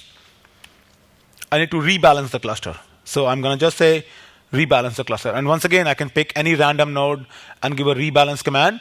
So it'll make sure that the data is rebalanced across the entire cluster. So essentially, that's sort of my script, which will create a cluster, rebalance it, and then the last thing that I need to do here is set up XDCR, or cross data center replication. So by default, with the command that I do is I am saying take the bucket in this cluster and replicate it to this cluster. That's a one-way replication. I could have replicated this command, I could have duplicated this command, and I said set up a two-way replication as well. This is a convenience thing, but it shows you the concept anyway. So if I go back here now, so you can see this is let's take a look at Docker machine ls here. So console machine is up and running.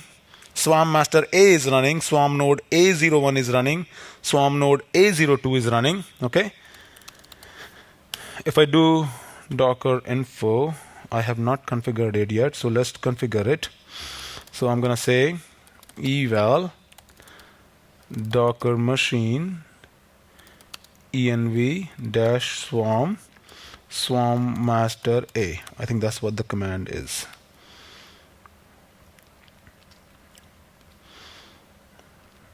Yeah.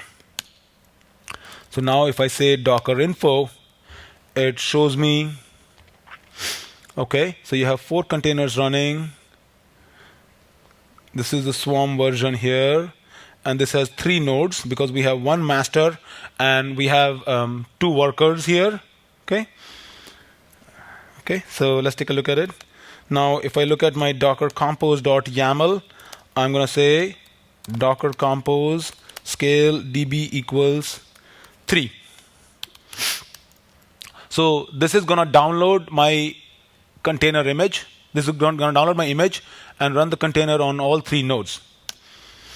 That's it. And it's going to download on all 3 because it's a spread algorithm by default. So it's downloading the image on all 3 hosts, and it's going to run my container over there. And then by the time this is done, then we will create a cluster, and then we'll set up the XDCR. So that's sort of how a typical development environment would look like for you as well. So I'll let it, it's going to take a while to download. This is about a 330 megabyte image. So it's going to take a while because it's downloading on all 3 nodes. So we're talking about almost a gigabyte of download on a conference network. It's going to take a while.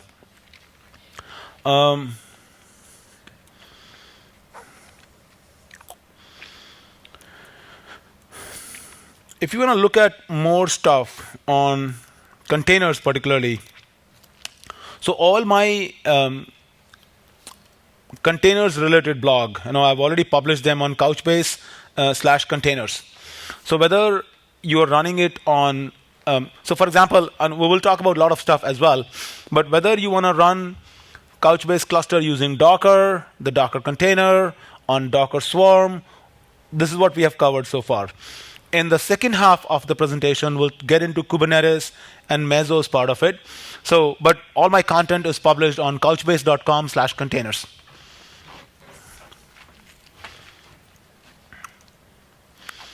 Let's see if there are any questions on the stream.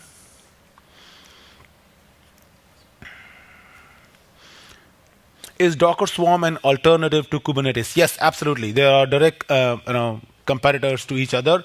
So typically, if you're looking in terms of, well,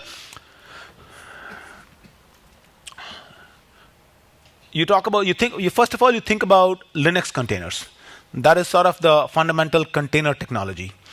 There is this initiative called as OCI, or Open Containers Initiative, which is trying to define a standard around what the container should look like.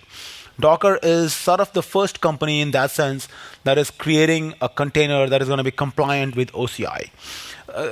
It's a very typical standards process. Docker is the most prominent container. There is RKT. Anybody have heard of RKT? Uses RKT? One, yeah, that's pretty much what I've seen. Very low awareness of RKT, but that's the other container format essentially. So hopefully, when OCI is defined, all the specs and everything, all the work is done, then everybody will get compliant to the container formats. Docker is the biggest gorilla in that sense of containers format. So what you have is a container format first of all. Then, in order to run that single container, you need an orchestration framework. So those different orchestration frameworks essentially are Docker Swarm, Kubernetes. Docker Swarm, of course, is by Docker. Then there is Kubernetes, which is by Google. Then there is Mesos or DCOS, which we will talk about later, which is based upon Apache Mesos, and the company behind this is Mesosphere.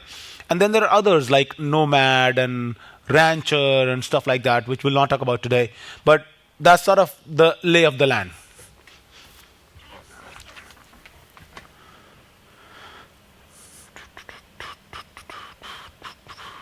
For applications requiring file-based license key, what are the recommended approaches to create a Docker image? So this is what I was talking about. For example, in JDK, people have done hacks, all kind of ugly hacks, because when you download JDK from OTN, you have to accept the license. And essentially, when you accept the license, it sets up a cookie in your browser. So what people have done is they have identified what cookie it sets, and then they have hacked up a curl URL. And in that curl URL, they jam the cookie in there, and that's it. I automated the download of JDK. But the idea being, I have not particularly played with this particular part of it. File-based license key. But you can also look at the aspect that you're probably having a file-based license key somewhere in a volume, and then when the product starts up, it'll access that file-based license key and then validate somehow, or set up that file-based license key in a service which it can ping and then validate that I'm a valid license or not. Okay, any more questions in the room?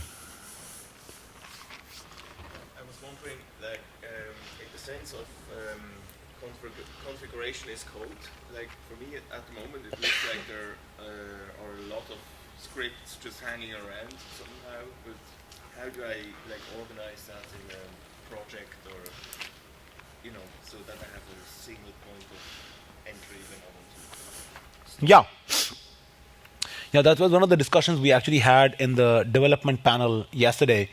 That as particularly with this orchestration framework, as we are moving forward, seems like we are spending less time on writing the code, more time on writing the configuration scripts. Now, one of the things that I would highly recommend is to take a look at Red Hat OpenShift platform. Now, Docker and Kubernetes is good, but end of the day, I'm a Java developer. I'm writing a Maven project, or I'm writing a Gradle script, or some Spring Boot application or Java EE application. Do I need to understand how this configuration works? How does it scale and all that stuff? So OpenShift has this fantastic concept of S2I, source to image, where they take your source and they create a Docker image from that source, so that you don't have to worry about the underlying pipeline and all those things. Not only that, but they automatically provision a Jenkins instance for you as a Docker image. You don't have to be aware that it's a Docker image. All you see is a Jenkins URI, and with every Git push, they will automatically build a Docker image for you push it into the private registry, and then deploy the project for you. So that way, I think Docker, Kubernetes, those are good, but there is a lot of plumbing required on top of that to integrate with your workflow. So that is definitely a gap at this point of time. And I think that's where Red Hat OpenShift really shines.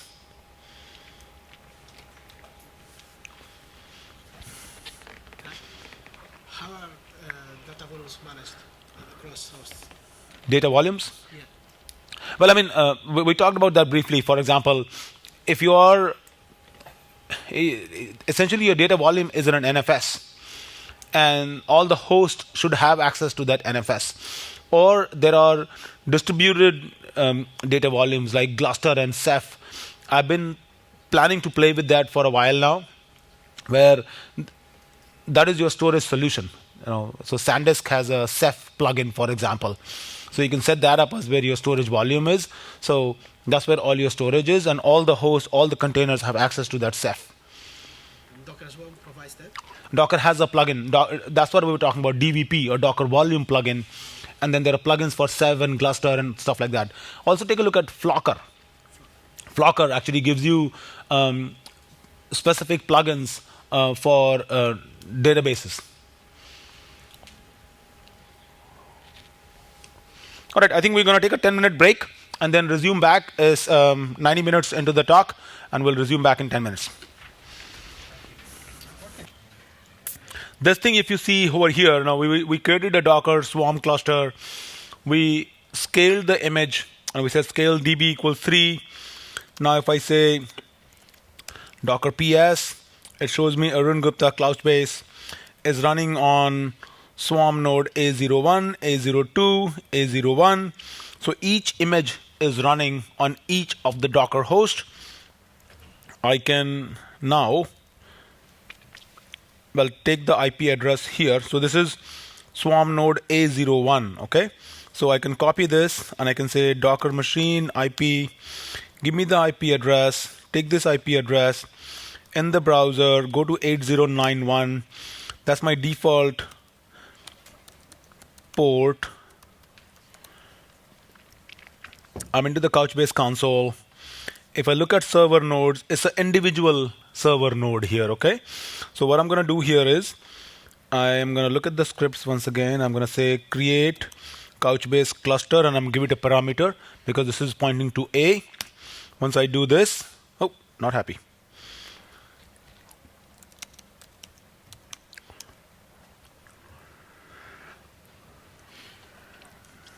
Let me take a look at it quickly.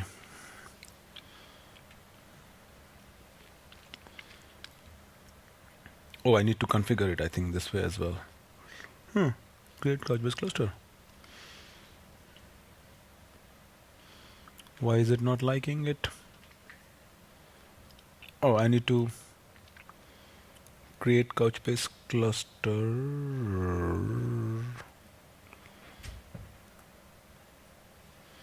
No, it's not liking it. Okay. I'm going to debug into this at this point of time. But the idea is this is what should have worked. Basically, once I run this script, then you will see 3 nodes here. Then you rebalance it, and then you set up the XDCR. And I'll make sure that this actually works. So any questions on Docker so far before we jump into the Kubernetes part of it?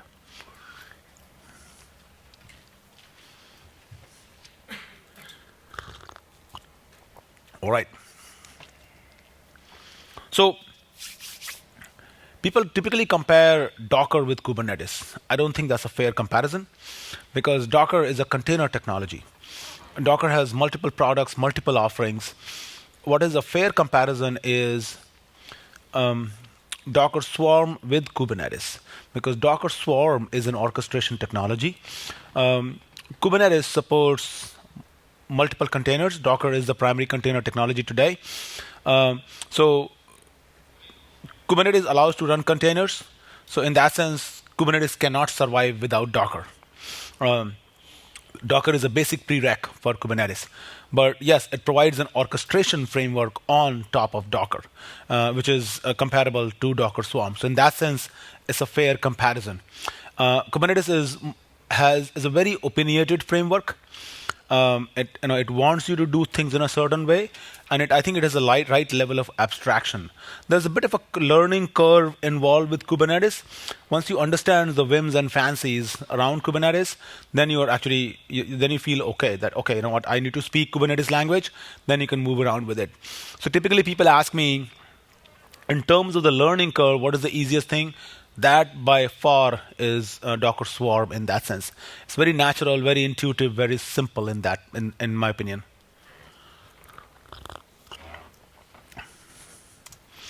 I'm still the same guy from an hour and a half back.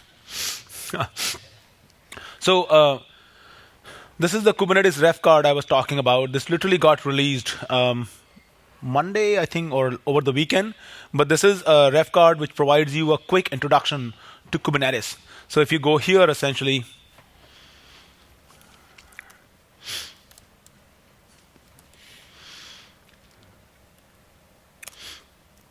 or rather, if you go here, dzone.com ref cards. What? Kubernetes Essentials. So you will see full details here. What are the key concepts? What are the key, what are the architecture diagram? How do you get started with Kubernetes? How do you run your first container? How do you scale application? Similar example that we used here with Couchbase and Wildfly is shown over here. Then some concepts around namespaces, resource quota, and limits. And finally, some documents. Okay. So I think this is a good reference material, if you want just one shot on how this whole thing really works. So what is Kubernetes? Kubernetes is an open source orchestration system for Docker containers. I contributed an example to Kubernetes docs a few months ago, and they were very particular. Oh, don't say Docker. You don't say Docker in Google land. Just say containers. Containers are okay. Yeah, Docker happens to be one of the containers. That is okay. But use the word container. So when I was preparing the docs, they actually made me remove Docker from the docs. No, just say containers. And then you might say, oh, Docker is one of the container format. They really want to be container agnostic. But again, as we saw earlier in the room, there was one person who was using RKT. I have not seen anybody, typically it's one person or zero that I've seen in an audience of 50, 100, 200, 500 that are using RKT. One of the cool things about Kubernetes is it provides a declarative primitive of the desired state.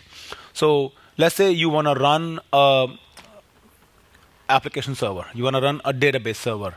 And you want to run 3 instances of that application server. You want to run 2 instances of the database server. You specify that primitive, and Kubernetes ensures that, which is not the case in Docker Swarm today. And the advantage of that is, you don't have to write your monit scripts. You don't have to see that, oh, the container is failing. I need to restart it again and stuff like that. So that's a big advantage. And how does it do that? Well, if the container goes down, Kubernetes automatically starts it up. So it's self-healing in that sense because you define the state and it maintains the state. It automatically restarts the containers. It schedules across hosts. One of the basic limitations of Docker that used to be the case is where you could not do communication across, the containers could not communicate across hosts, which is no longer the case for almost 20 months now. But Kubernetes allows you to schedule across hosts, which is also a capability in Docker Swarm now. One of the cool things about Kubernetes is how it allows you to automate replicate. That, hey, you know what, I want to run multiple instances of a container, which is basically similar to Docker Compose scale. So all of these cool features are there, but they're very comparable to what's there in Docker Swarm. So let's get the basic concepts. Now, if we look at it, essentially, we have looked at the Docker concepts, that we know what Docker is. That's sort of the starting point for Kubernetes already. Now, in there, Kubernetes has this concept of pods. Pods is a collocated group of Docker containers that share an IP and storage volume. In Docker, you run a container and a container has an IP address. In Kubernetes container has an IP address, but that's not accessible to you. What's accessible to you is the IP address of the pod. Now, pod is sort of the higher level unit that they talk about. Now, if a pod goes down, Kubernetes automatically starts up the pod. But it could start that pod on a different host. So in that sense, the IP address that is assigned to the pod is ephemeral. What that means is you cannot rely upon it. So if your Wildfly application server is running as a pod and Couchbase is running as a pod, if the Couchbase pod goes down, hey, my application was actually relying upon that pod, so I cannot access that anymore. The application is broke. So that's not good. So that's where the concept of service comes in. So for example, at the bottom, I'm running 2 Couchbase pods.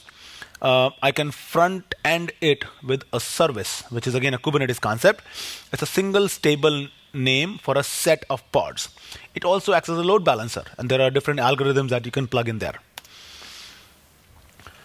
And how is it organized? It's all based upon labels. So Kubernetes uses etcd as etcd is nothing but a distributed watchable registry.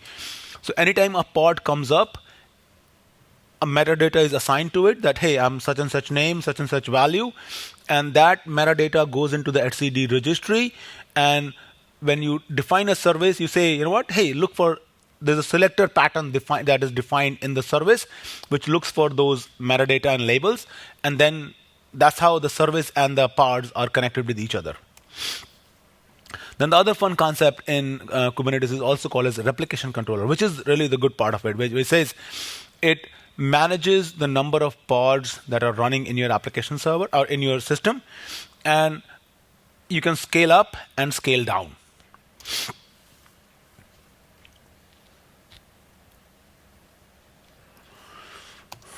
Now, those are a higher level concept. Those are the developer concepts. Because that's what the developer deals with on a regular basis. But then there is Node. Node is where you are running kubelet. Kubelet is basically what allows you to communicate, across different nodes. And then there are a bunch of proxy services that are running.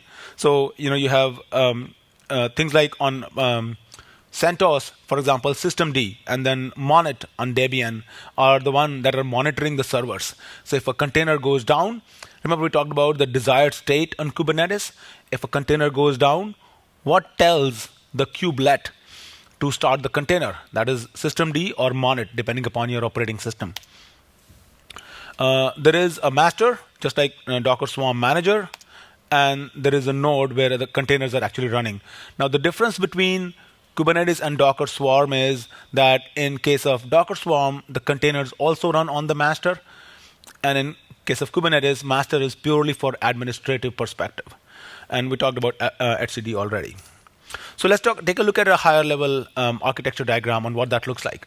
So I can have multiple masters. There is a proposal for multiple masters, but today there is single master essentially.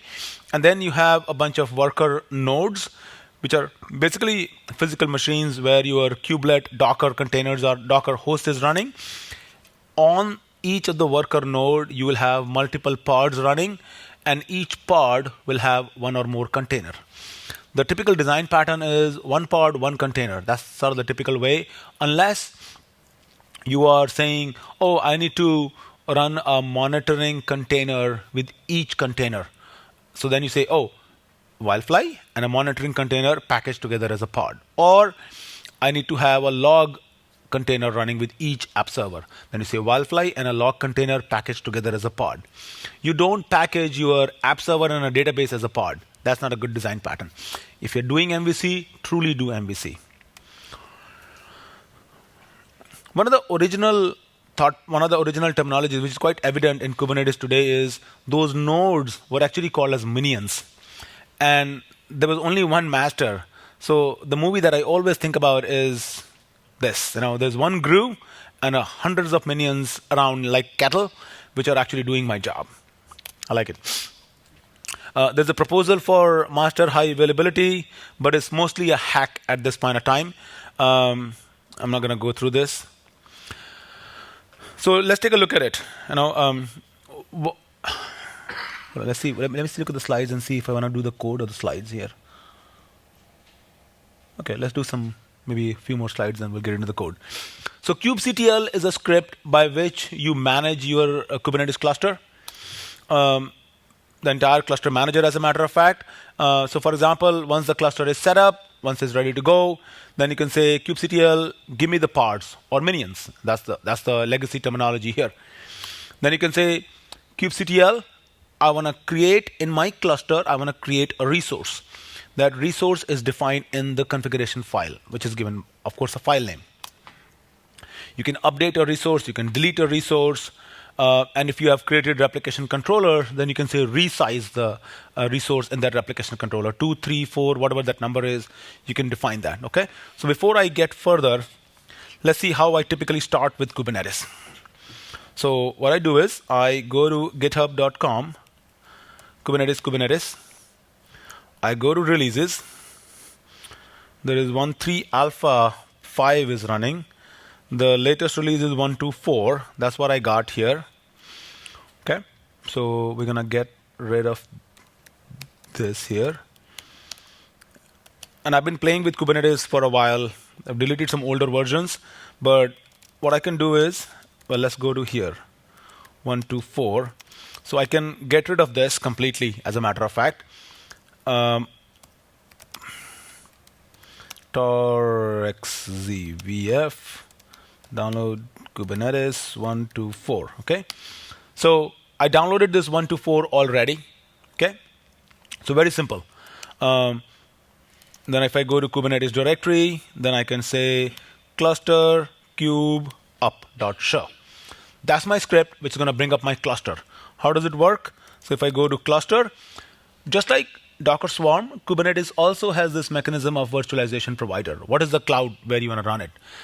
Do you want to run it on Vagrant, local? Sure. Do you want to run it on GCE? Do you want to run it on Azure? Do you want to run it on Amazon? And stuff like that. So now let's go back to the website that I was showing you earlier, which is couchbase.com/containers. I've been able to run Kubernetes on Amazon, Google Cloud, Azure, and Vagrant. And all of those recipes, as a matter of fact, are documented here. So if you go to couchbase.com/containers, all of those blogs are listed over here. It's a very easy way, and again, my blogs are very didactic in that sense. If I look at, say, Amazon here, it says exactly, hey, download this, set up this is what you're going to do, this is what the output is going to look like, this is what the screen is going to look like, and that sort of stuff. So that's hopefully easy to follow. So what I'm going to do here is I am going to set up Kubernetes provider to AWS here, okay? Just for convenience. And then in here, I'm going to go to console US West 2, which is, oh no, never mind. I'm in Europe. I always go back to my default zone. So if I go here, the closest would be Frankfurt or Ireland? Ireland, yeah? Okay. Let's see how this works. I've never done this. You know what? My default zone is set to Northern California. So I'll stick with that because that's how my AWS credentials are configured. So essentially what you need is your AWS CLI, that should be configured, and you need your AWS credentials. Once those are configured, that's all the requirement is. But once you have done that, then you can say cluster kube up is going to fire up my cluster. If I look at my EC2 console here, there are no instances running here, okay? None here. But once I say cluster kube up, it's saying, all right, I'm running in West 2A availability zone, and I'm using the provider AWS. So this is going to provision a Kubernetes cluster for me in Amazon. So now if I go here in a different shell, if I go to cluster, if I go to AWS, I can start looking at config default here. It's saying, all right, you specify the zone as US West 2A, no master size specified. It's going to make one master, it's going to make 4 worker nodes for me. Okay. And some calculation depending upon the number of nodes you are specifying, it picks up the AWS instance size. Okay, nothing else is interesting here. I could have set, I think there's another property that I wanted to show here is num nodes. I could have changed that to, for example, I could have set export num nodes equal 3. It'll set up that many minions for me. Okay. So firing up Kubernetes on AWS is as simple as that. Just download. You don't even have to download the Kubernetes tar.gz as a matter of fact. You can just run a shell script that will automatically download Kubernetes for you, and that'll fire up Kubernetes cluster for you. Okay. So let's see if I refresh it here. Not yet. So it's still doing so. Oh, it's sleeping. Okay. Well, we're waiting for instance to be running. So hopefully, we'll see soon. Start seeing instances coming up over here. While it's doing that, I wanted to actually fire that in the background. Now, once the cluster is up and running, I need to point to a configuration file, and the configuration file is YAML, JSON, whatever format that you care about. Those are the two primary ones. But if I look on the left side, all I wanted to do is run a JBoss Wildfly pod. Okay, and the way I run it is, I see the kind is pod. I give it some metadata. And in the metadata, this is whatever it is, but I'm assigning a label here. This is the metadata that gets associated with this pod. And the pod has a specification. In the specification, I want to run a container. The container has an image. This is a standard JBoss Wildfly image. And I'm giving the pod a name. And I'm saying, these are the container ports that I want to expose. So that's one part of it. Another configuration file that we can talk about is, now I'm running a replication controller.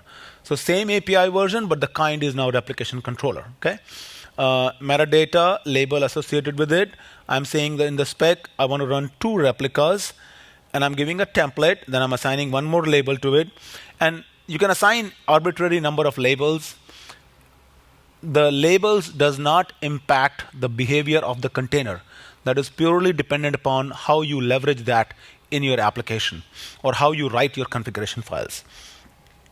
Then I have a spec in the container. I'm giving a name and an image and the ports. That's it. So, this is how you fire up your pods and replication controllers. For the longest time, I used to run this on Vagrant. So I would say Kubernetes provider Vagrant, and I'd say cluster kube up. And then on Mac, I will have a Vagrant setup with a master and a node set up on my local development environment. But I've always hit into all sorts of issues, particularly with Vagrant, because on a Mac, you're running a Kubernetes and you're running a Vagrant as 2 VMs, which is then running a master and a node as 2 separate VMs. And then in the master, then you're running a pod, which is where my container is running. So it almost feels like Inception. Where am I? Which land? Which level of virtualization I am in? So, and then because you are restricted to a single host, certain containers have memory requirements, disk requirements, and processing requirements. End of the day, it boils down to this small 16 gigabyte machine. Everything is being sucked up from that. So then, that's when I felt, running Kubernetes on Amazon is a lot easier. You can run on a variety of cloud providers. We talked about running a pod with a single container. Now, if you're running a pod with a single container, essentially, nothing gets run on master. It's only on a node. You have a pod, and in the pod, you have one Docker container.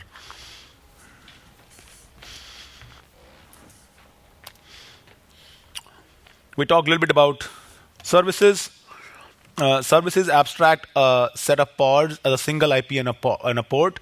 The beauty of service is, if a service is running, remember I said Kubernetes is an opinionated framework. So you're running a replication controller, then you're running a service in front of it, and under replication controller are a bunch of pods.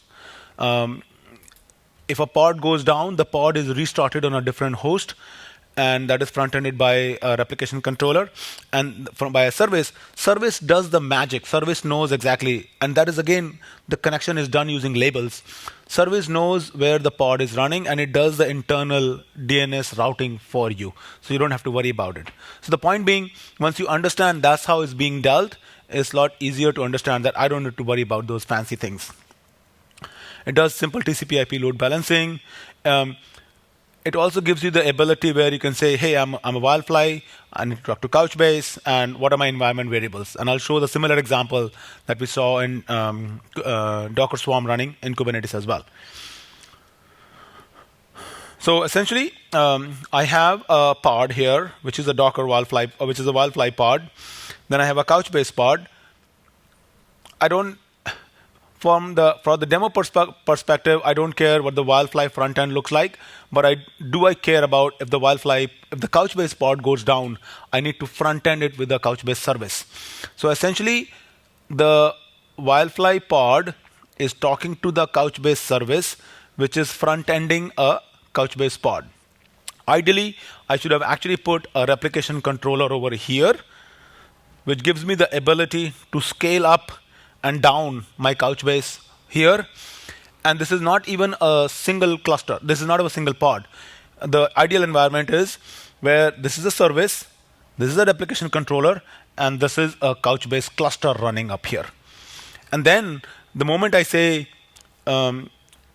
kubectl scale replication controller, whatever service 4, that automatically triggers the underlying Couchbase cluster and scale up and down accordingly. Yeah, so this is sort of the concept that I was talking about. So I have 2-node Couchbase cluster, which is basically a backend service, and a front-end service, which is then both talking to the Couchbase service and going through the database. So one of the things I did was, all I wanted to do is fire up a Kubernetes cluster on Amazon. So 1 master, 2 workers. I wanted to run a Couchbase Docker container. I cannot run the Couchbase Docker container. It has to be wrapped in a pod. So this is my pod in which I'm running a Couchbase Docker container. And I also wrapped it in a replication controller, which gives me the ability to scale it up and down. And I wanted to expose this as a publicly accessible service. So I could have my Couchbase running on Amazon directly or using Kubernetes, but then the abstractions become that much more dense. The same could be done for Google Cloud. I could do that as well. The setup for the G Cloud SDK itself was pretty intense. I've never played with G Cloud, but the AWS CLI setup was a lot more seamless, but the G Cloud setup was a little bit more intense. And I think Google should really stick around with the search business. The interface for the Google Cloud Console is just terrible. It's like, it took me such a long while. It was not intuitive, the way things were structured. So it took me a long while to figure out where things are placed and stuff like that. But eventually, we got it running. And the same thing I did for Azure as well. So Azure is in an early stages at this point of time. As a matter of fact, it only works with version 1.2.4. The previous versions don't even work. Well, it works with version 1.2.4, and it works with Docker for Mac only. It doesn't work with Docker machine. So it's very touchy in that sense on how it works with it. One of the other things that I forgot to mention earlier part was with Windows 2016 server slated to be released later this year, they are planning to have native Docker support in it. So something that I've played with is Windows 2016 Server Technology Preview 5. I've been able to run a simple Couchbase Docker container over there. So I have a TP5 virtual machine running on my box here. And if it need be, later on I can show people on how to run a Docker container over there. So think about, we looked at running a Ubuntu base image, which is 122 megabytes. Anybody want to make a guess if I'm using a Windows Core base image, what is the size of it? 122 megabytes versus Windows Core. Any numbers? Higher. 500. You mean gigabytes or megabytes? Megabytes. So go higher. Say. Go higher. 1 gigabyte. Come on. We are talking about Windows, man. Come on. 9.3 gigabytes. So Windows Core base image is 9.3 gigabytes. Imagine running that container on your conference network, where it's downloading the 9.3 gigabyte base image. So I don't like to bash Windows, But something that they also have is Windows Nano Server, which is a lot smaller version where you can handcraft, how exactly you want that Windows distribution to look like. But I could not get a Couchbase container running up there. There were some basic configuration issues, and the support wasn't very useful. So anyway, the point being, if you are a Windows fanboy or fangirl, stay tuned. Windows 2016 Server, not desktop. Windows 2016 Server will have native Docker support in there. But in the meanwhile, if you're looking at running Kubernetes, you can do that on Azure. I would say Docker, from a development perspective, Docker for Mac is what you're looking for essentially, though. So if I go back to my installation scripts here, all right, so my Kubernetes cluster is up and running here. It's a lot of things it does in the background. Let's not worry about what is it doing here. But now if I go and refresh it, wait, what happened? Where did it run? Where are my instances? Say again? It's West 2, not West 1. Oh, it's Oregon. Oh, damn. Yeah. Oh, you know what? Because that was in the script. My region is set as Northern California. So anyway, so you can see all my masters and clusters are automatically set up here. Okay. Now, so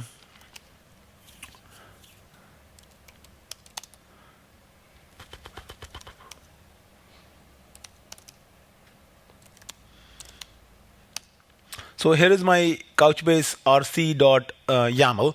It's an application controller, 2 replicas, image name is Couchbase, RC pod, and all that stuff. So if I want to create a replication controller with 2 instances of Couchbase over here, so what I can do, for example, is I can say vi couchbase-rc instead of Couchbase, because which is just a raw image, I'm going to use Arun Gupta /Couchbase, which is pre-configured. We talked about this earlier. So I'm going to get out of here, and I'm going to say tools, Kubernetes 124, cluster kubectl, create -f, and I'm going to say Couchbase rc.yaml, and is not happy.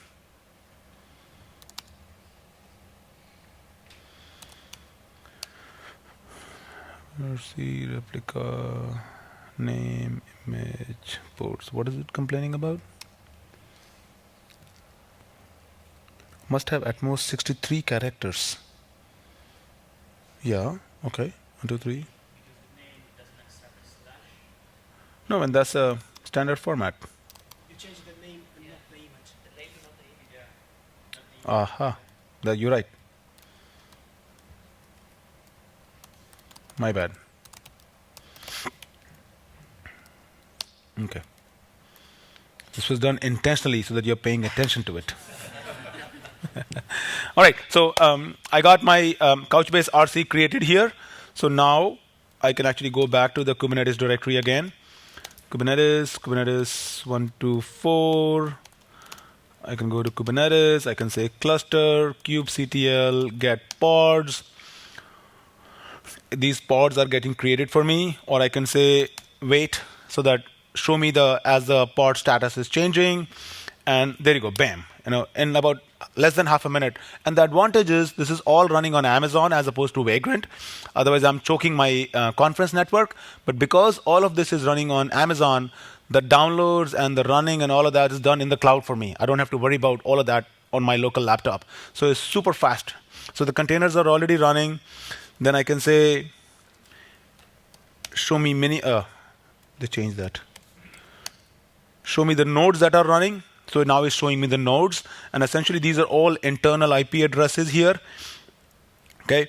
Now,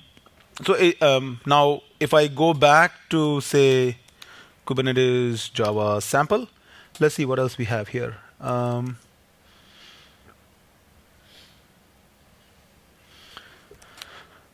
There is app.yaml. Now, in this app.yaml is one of the earlier apps that I created where I was using Wildfly and MySQL database. So this is a MySQL database. I got some labels here. if I'm running a MySQL database, I need to specify user, password, database, root password. And in the same configuration file, I can specify the application server and the database. I can specify multiple resources in the same configuration file here. Okay. So I got, this is my MySQL service. So remember, we have a pod front-ended by a service, and then that MySQL service is then being accessed by my Wildfly pod. So this is my MySQL service here. In the MySQL service, if you look here, the MySQL pod has the labels as MySQL pod and Docker K8s lab. Well, K8s is a short name for Kubernetes. It's also called as Kube or K8s. So these are my metadata that are assigned to MySQL pod here. And if I go down in the service, I'm exactly giving those labels as a selector based upon which it selects. So if any pod is assigned this label, they become part of the service, essentially. Now, I also have a Wildfly replication controller here. And in the replication controller, I'm saying, OK, run this custom image here. So essentially, I'm running a Wildfly application server with a custom image. It says Arun Gupta, Wildfly, MySQL, Java E7. And I'm giving it a tag. Because earlier, well, even now, the way environment variables are defined in Docker and Kubernetes are different. So I created a specific image which would allow me to look for Kubernetes style of environment variables. So I push that image, and that's why the K8s tag. So now, essentially, when I run this image, it's going to download those images for me. It's going to run those containers. And then the Wildfly container will be talking to the MySQL service, which is then talking to the MySQL pod and doing my full communication. And all I will need to do is, by default, all the containers, all the pods that are running in Kubernetes, their IP addresses are accessible within the cluster. None of that is exposed outside the cluster. So all I will need to do is, I don't want to expose my database anyway outside the cluster. So I'll just take the Wildfly pod, maybe front-end it with a service, and expose that IP address outside the cluster, which says, OK, you know what? Hey, here is where the application is deployed.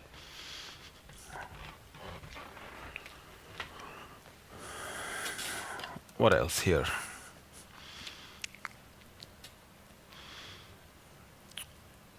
Yeah. Now, let's see what's there in my slides here. We talked about how the services are done. The services across two nodes is very similar.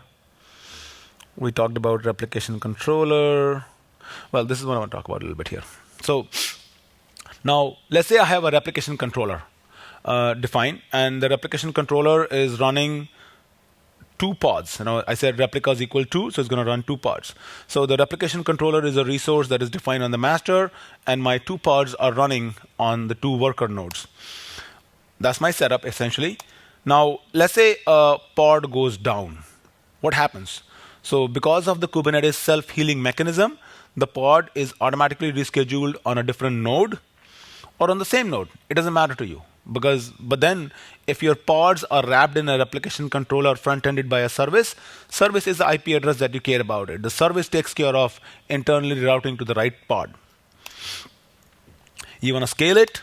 So you say, all right, kubectl, scale, number of replicas, whatever the replication controller name is, and it scales it. It could spin up on a different node or spin up on a different node, on the same node as well.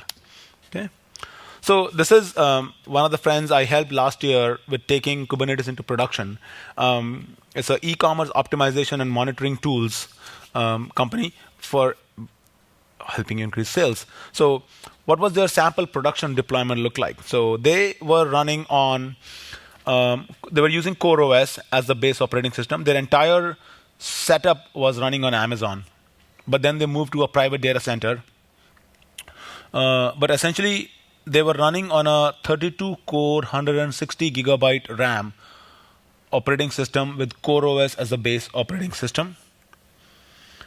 They were running 10 nodes of those. Each node has a whole bunch of containers running.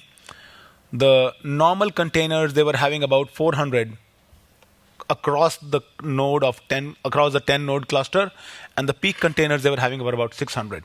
So think about this way: when you are doing your deployment on Kubernetes, you have to do a bit of sizing. That, all right, my each container, when I'm going to fire up, how much the peak load, how much the normal load is going to look like, how much memory is going to take, how much CPU is going to take. Kubernetes has those fancy concepts by which you can start defining affinities. That, okay, my requirement is go find a node which actually has SSD available. Go find a node that has that much memory available. And things like those you can start attaching to when you're firing up your configuration files.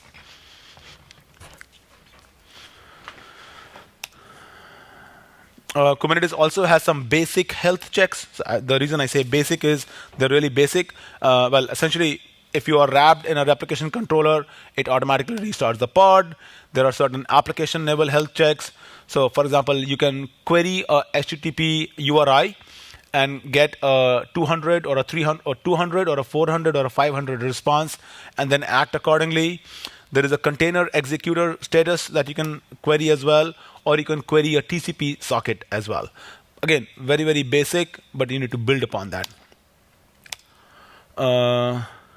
This is a fun thing. So if you go to kubernetes.io, let's say I don't have AWS account, I don't have Vagrant, that's too much stuff for me, I'm happy with Docker, I want to play with it.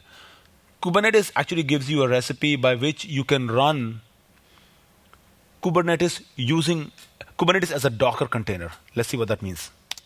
So I'm on a Mac. I'm running a Docker machine on the Mac. Then I'm running Docker Compose to fire up my Kubernetes, because if I'm firing up my Kubernetes, it requires about 5 or 6 services that need to run. So I'm running Kubernetes over there. It starts up all my different services as Docker containers. In that master, then I'm running a pod. And that's my application container. And that, by the way, is a recommended starting point for Kubernetes. So it's like my head starts spinning. And the typical problem over there is debugging. It's like, I'm so deep down the stack, I don't know where the shit is breaking loose. And how do I tie it up? So that is a typical challenge. That's definitely a big challenge, and I've seen with customers, when they're going into production, it's like, I don't know, is it my problem? Is it Kubernetes problem? Is it Amazon problem? There are so many layers of infrastructure. I've tested it, seems to work, but hey, ops is not doing right. Of course. I think that's where OpenShift 3, as I was talking about earlier, shines really well. You can fire up OpenShift 3 as a Vagrant box. It automatically provisions Kubernetes for you, Docker registry, and it runs a container for you. So essentially what you do is you say, here is my Maven project. Take S2I or use S2I to generate a Docker image for me, run it. Every change I push to the GitHub, push it to the registry and show something to me. So I would highly recommend you taking a look at OpenShift 3. All right, so as I said, the slides for these, I didn't talk about the slides for these. So the slides for this are available on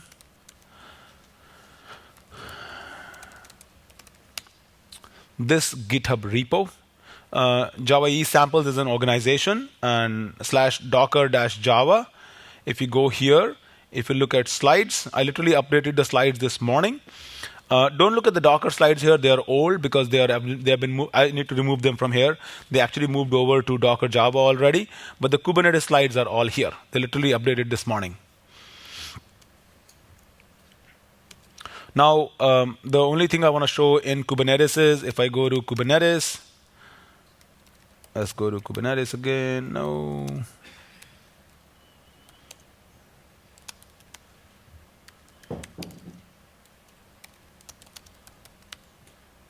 So my Kubernetes provider is still set to AWS. I can say Kubernetes cluster kube down. Okay. So if I go back here, you can see this is the current state. The Kubernetes cluster is still looking healthy. But if I push it down here, is just going to bring my cluster down. So it's a very simple way to start and stop a Kubernetes cluster. You'll end up spending more time understanding what my configuration files are going to look like, what metadata I want, how do I connect service, where do I want the replication controller, where do I do logging, where do I store my data, and that's where you will end up spending more time over here. So now if I refresh it once again, you'll see these images are automatically shutting down. So it's very clean in that sense. Let's see if there are questions, comments here.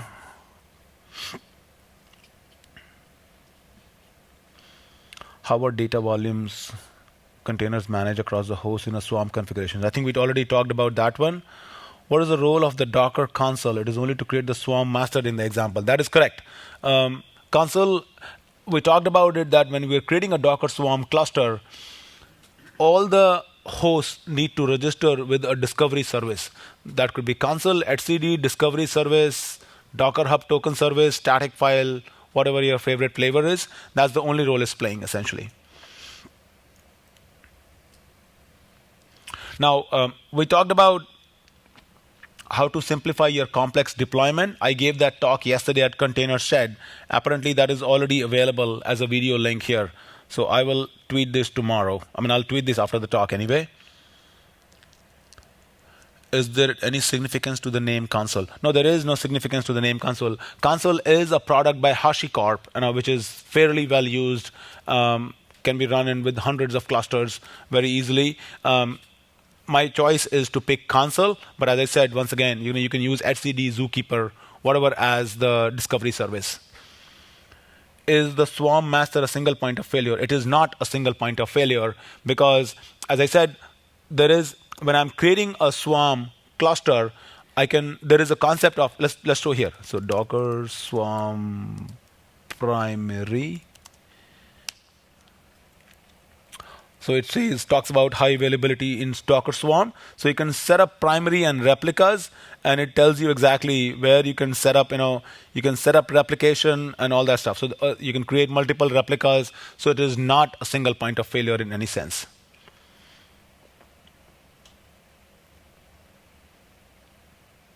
What is the difference between a service and a pod in Kube?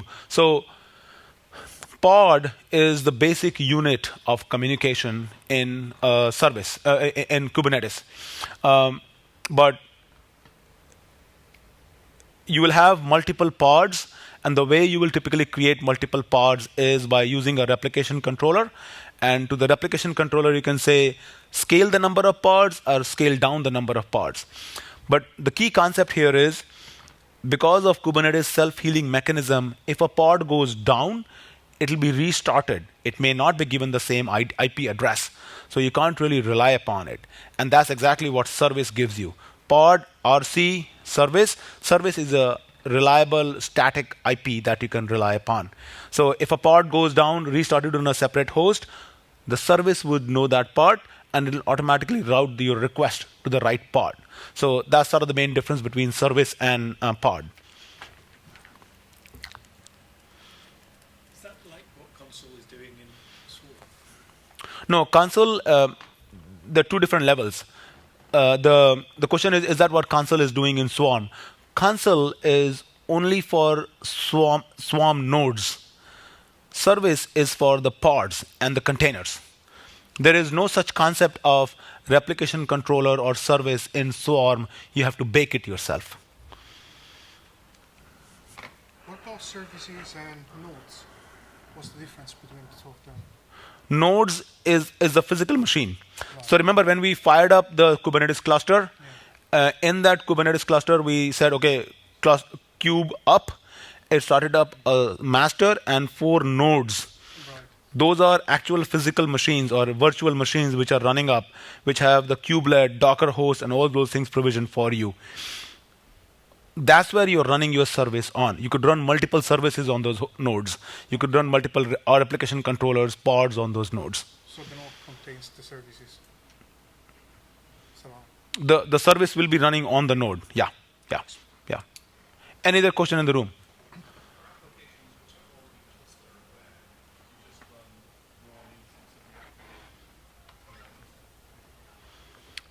Is the application need to be cluster aware?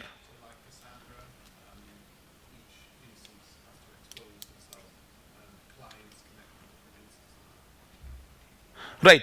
So, well, I've not played with Cassandra, but I've played with Couchbase. So the way we recommend to our customers is you run a Couchbase cluster, and Couchbase is a masterless architecture. So if your Couchbase cluster is running in 4 nodes essentially, or 4 Couchbase nodes, then you can connect to any master, and then you say, Couchbase has this polyglot SDK APIs. So a Java SDK, for example, you say couchbase.connect, and you give it a host IP address. So the way I would do that is I will have a Couchbase cluster set up, I'll have a Couchbase pod running, front-ended with a replication controller with a service, and then from my application, I will say couchbase.connect to the service. And then on the back end, I can scale the cluster up and down.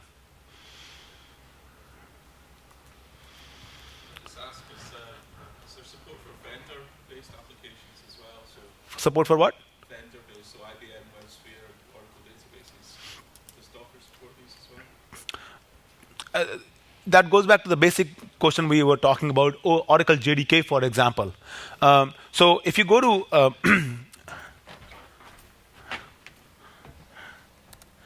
GitHub, Oracle, I think, yeah. So if you go to github.com/oracle/docker images, so now Bruno Borges is a very good friend of mine. If you go here, you can see all the vendor images are available over here. So you can see, for example, Oracle Coherence, OpenJDK, NoSQL, Glassfish, WebLogic. All those images are created here. But those are not images. Those are only Docker files. Because there is licensing restrictions available over here. Oracle would never, ever put an Oracle WebLogic image that you can run as a Docker container. Where will they make money? Which makes business sense, absolutely. So same thing with IBM and other vendors. So any commercial non-open source products would not put their images out there, which makes perfect sense. Even in case of Red Hat, which is fully open source, they have an image for Wildfly, but not an image for JBoss EAP, which is their commercial counterpart for Wildfly.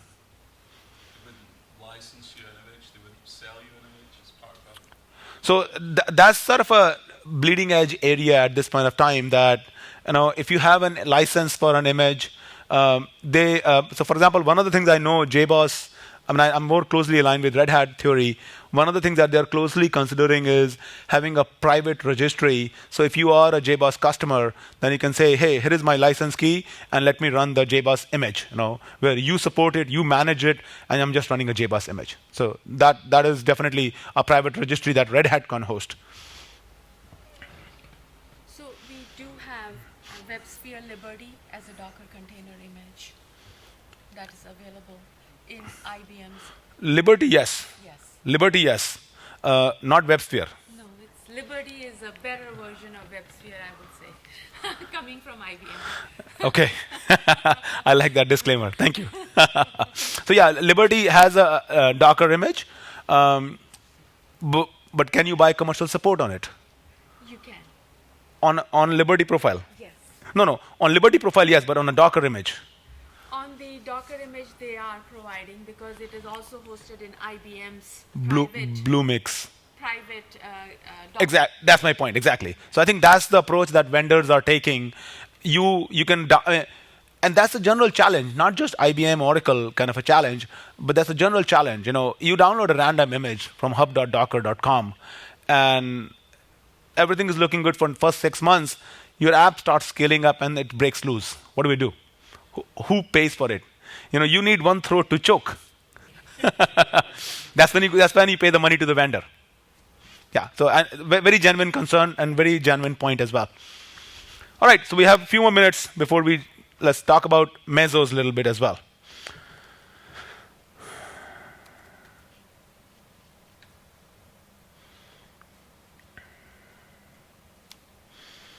So yeah, the 3 primary frameworks that I look at it, typically on the container orchestration, of course, Docker Swarm is my primary framework. Then I also look at Kubernetes. And then the third one that is prominent is Mesos. Mesos was originally not designed. Mesos has been around much longer than Kubernetes and Docker, even before Docker, as a matter of fact. And as a matter of fact, Mesos was not even designed to run Docker containers because it has existed before Docker containers.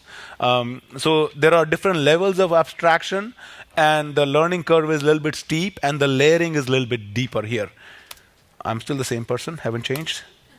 But let's talk about Mesos. Now, what is Mesos? Mesos is basically an open source cluster manager. It was essentially developed at UC Berkeley in, I think, 2009. There were two PhD students. They just wanted to play around with some stuff, and that's where Apache Mesos was born. And I'm particularly proud because that's sort of not my hometown, but my home area. I'm from San Francisco Bay Area. It essentially provides resource isolation and sharing across distributed applications. I think that's marketing pitch here. Script it. Hold on. Let's jump into the architecture diagram here. Everything else is useless.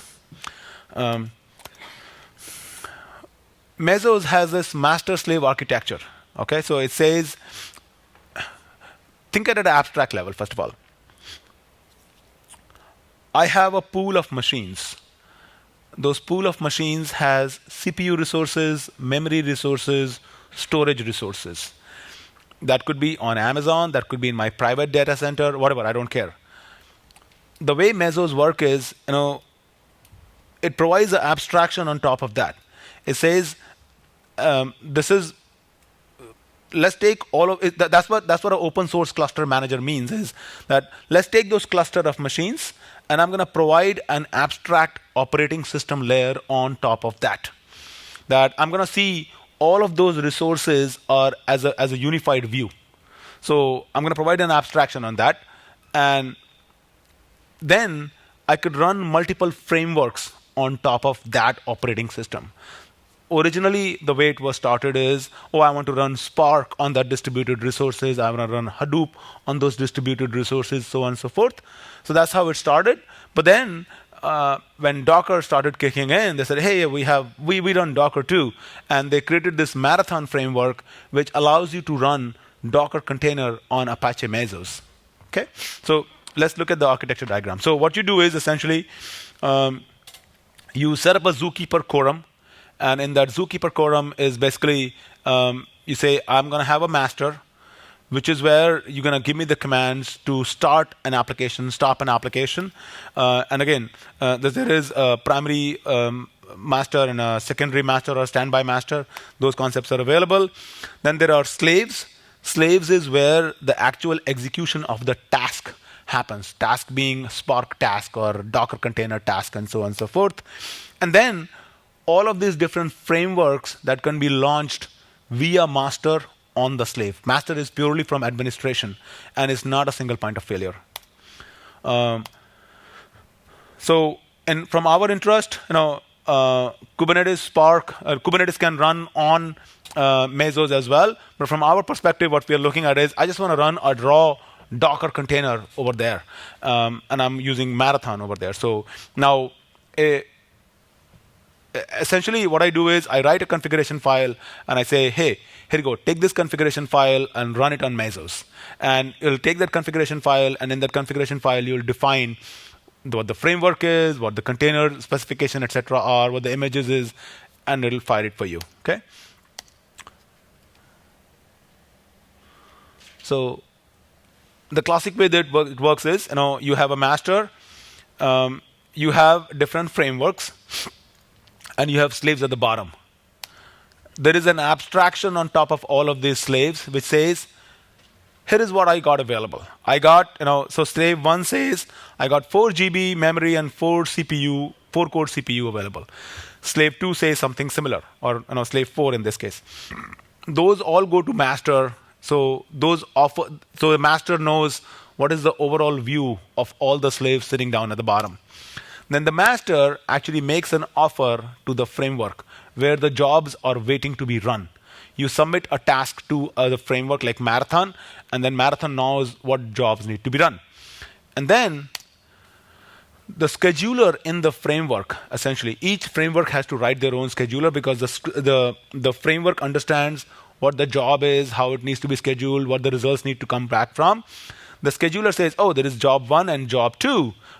Job 1 has this much memory requirement, job 2 has this much CPU requirement. So I'm going to use that scheduler to accept the offer or reject the offer or do a counter offer, so on and so forth. So there's a bit of a counter offering kind of going on over there. But once that offer is logged in, it says, OK, this offer is accepted.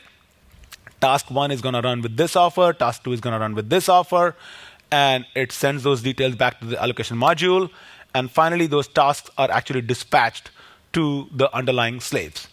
So by providing that layer of abstraction where you have a bunch of frameworks running on the top and a bunch of slaves running at the bottom, you can actually create any more framework. So it's far more extensible. But is that really what you need? Is that what you really want?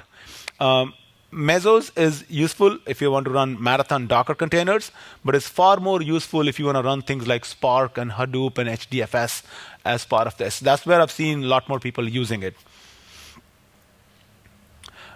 If there are any resources remaining, then it'll actually make an offer to the rest of the frameworks that, OK, I got more resources available. Do you want something? Here's what I got, basically.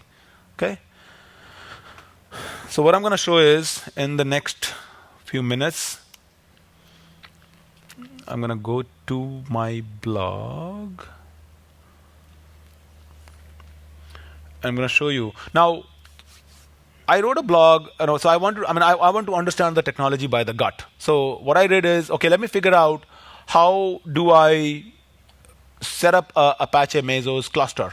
So let me actually go there, actually. Hold on.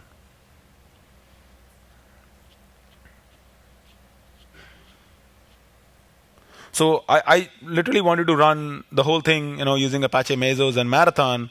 So I started from ground up. I want to understand. Don't try to cover things for me. I want to understand what's really happening. So I fired up a CentOS VM. In the CentOS VM, you have to install Zookeeper. Then you add the Docker repo so that you can install Docker over there. Then you configure the mapping. Then you start the services. So the Zookeeper needs to start. Docker needs to start. Mesos master need to start. You need to configure Mesos master that, oh, by the way, understand Docker and all the stuff. Then you start Marathon. Then you check the slaves, and then you deploy your Docker. This is the Mesos configuration file or the Marathon configuration file.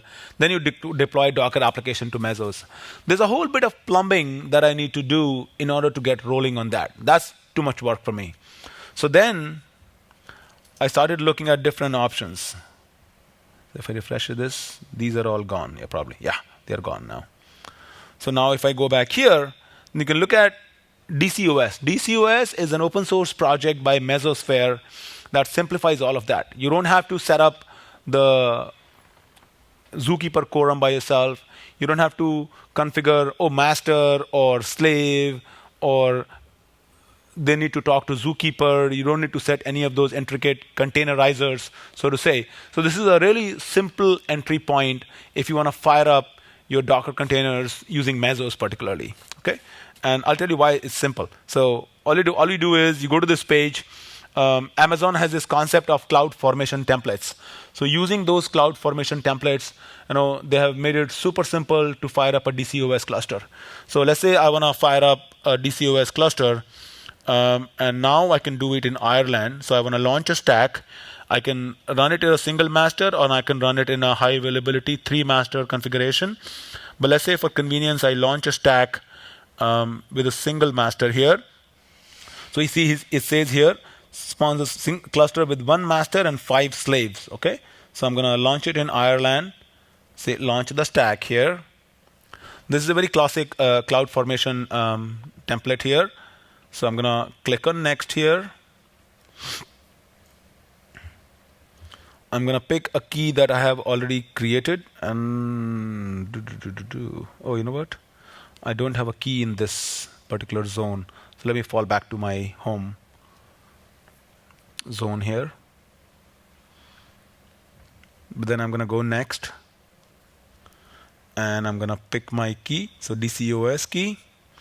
And here I can change. I want how many instances I want for a slave. Let's stick with 5. That's all right with me.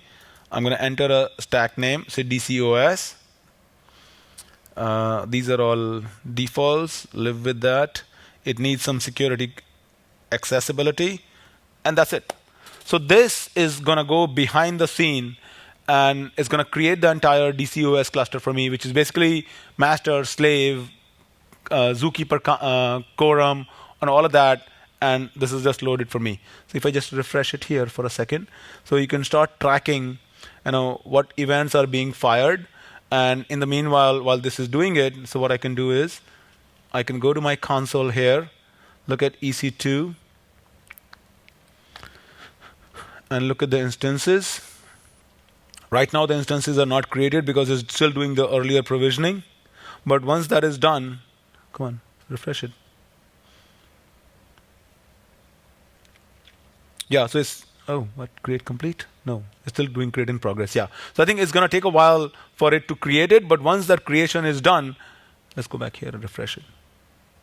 Yeah, still not there yet. Northern California. This is still Northern California, okay. But the point being, with a single click, you can very easily provision a Mesos cluster and then run your Marathon containers over there. So now if I go back to my blog that I was talking about earlier,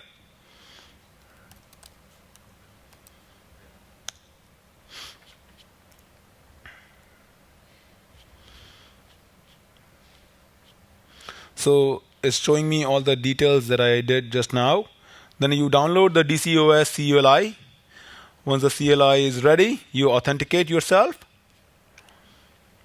And you can start seeing basically, come on, show me here, yeah. So you can start seeing the DCOS dashboard. It's a very fancy dashboard which says, okay, show me all the services that are running, the nodes that are in there, in the DCOS cluster. And then you can start looking at the Marathon container itself. So, okay, show me the Marathon framework, what containers are running. So far, none here. But as the containers are deployed, you can start seeing their IP addresses. Well, this is the nodes, not the Marathon container itself. But here, I'm running the Marathon. This is my configuration file. So you can see it's very similar. It says, okay, this is when I'm running giving a configuration file to Marathon and saying, okay, the type is Docker. Then you give the actual Docker specification here. This is the same image name that we were talking about it. Since I'm running on a single host, bridge is okay. And then eventually what we get is basically a Couchbase web console running over Mesos. Okay, so if I go back here, refresh it. It's still not started. Still doing it. 100 more events. Yeah, it's going to take a while. I mean, it basically provisions 4 or 5 different machines, and then it gets going. So if I go back, there is Docker Swarm, there is Kubernetes, there is DCOS, particularly with Marathon. Those are sort of the 3 main container frameworks. Something else that would be relevant for you guys is another GitHub repo.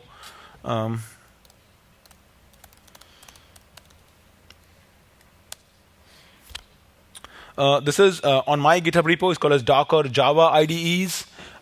If you guys care about Eclipse, IntelliJ, or NetBeans, any of those IDEs, then this particular repo has complete detailed instructions on, I want to do Docker tooling with NetBeans. How do I do that? So it walks you through the entire step, that how easy it is to set up Docker tooling in NetBeans. Similarly, if you want to do it with Eclipse, Eclipse requires Mars R2, but then it walks you through exactly how you do that. And then recently I did a webinar for IntelliJ, JetBrains basically, on how do you do Docker tooling with IntelliJ IDEA. So it kind of gives you the complete script on how you can play around with that. So if you are interested in any of that, this is definitely relevant. Something else that I would like to throw as well is github.com/docker/labs. If you go to Java here, this is a workshop that I'll be giving at DockerCon. And it basically is a self-paced, hands-on lab that you can follow if you want to learn more about it. But you can see, how you can set up environments, how do you build an image, how do you run a container, multi-container using Docker Compose, Swarm, Docker tooling in Eclipse and IntelliJ, One thing we didn't get to talk about is Docker Cloud, as a matter of fact. How Docker Cloud allows you to provision your Docker containers in a variety of clouds very easily. Something that I found personally very useful, this is what I've been updating, is common Docker commands. This is what a lot of the lab attendees find useful. I don't know how to do this. I want to do this, but what is my command for that? So that's sort of what the mapping is over here.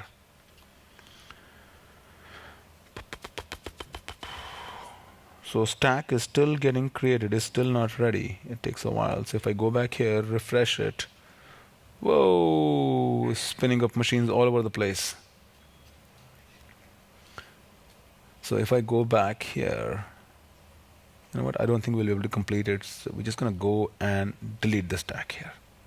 Don't care. Okay, cool. But you get the point though. So it's a single point of entry, single point of exit, very clean. Questions? I think we have about 3 minutes. Yeah, so you talked a lot about the plumbing thing that you use DCOS to sort of get around that. In the future, it's going to be the cloud providers like Amazon that offers these services out of the box. So I'm not sure. Let me understand. The question is, cloud providers should provide something like DCOS? Is that? Out of the box because it is a lot of Yeah. So I mean, there is Amazon has EC2 service or EC2 container service. That's one thing that they have. Red Hat has OpenShift, which is again one of the cloud providers essentially, and they're offering something on that. Google, all of their efforts are behind Kubernetes. So if you are sticking with the Google ecosystem, they have Kubernetes, but typically when customers have taken into production, they do require a lot of plumbing on top of that. And I think the container industry is really shaking hard these days. And it's going to take a while before it kind of settles down. And it's good. The shaking is hard, because shaking is good because that's when the new tools start coming up. One of the companies that I've been watching and that I plan to play after I go back is Rancher. Rancher offers some really good tooling where they say, hey, we abstract the level. You can take an app and you can deploy it on Docker Swarm or Kubernetes, and that simplification of all those concepts as well. So that's something I've been watching, and I mean to play with that as well. Rancher, yeah.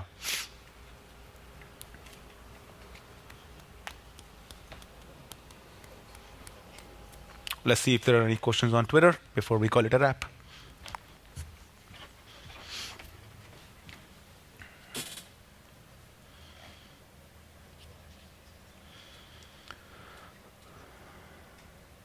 Besides pods, could you also scale nodes based on a traffic, CPU usage, etc., so you don't have multiple empty nodes running? I have not. Yeah, I've not seen anything on those lines, so I don't have a good answer on that, I'm afraid. But I can take a look at that and respond back accordingly. All right, any last question here? If none, then you can go and enjoy your lunch. Thank you so much.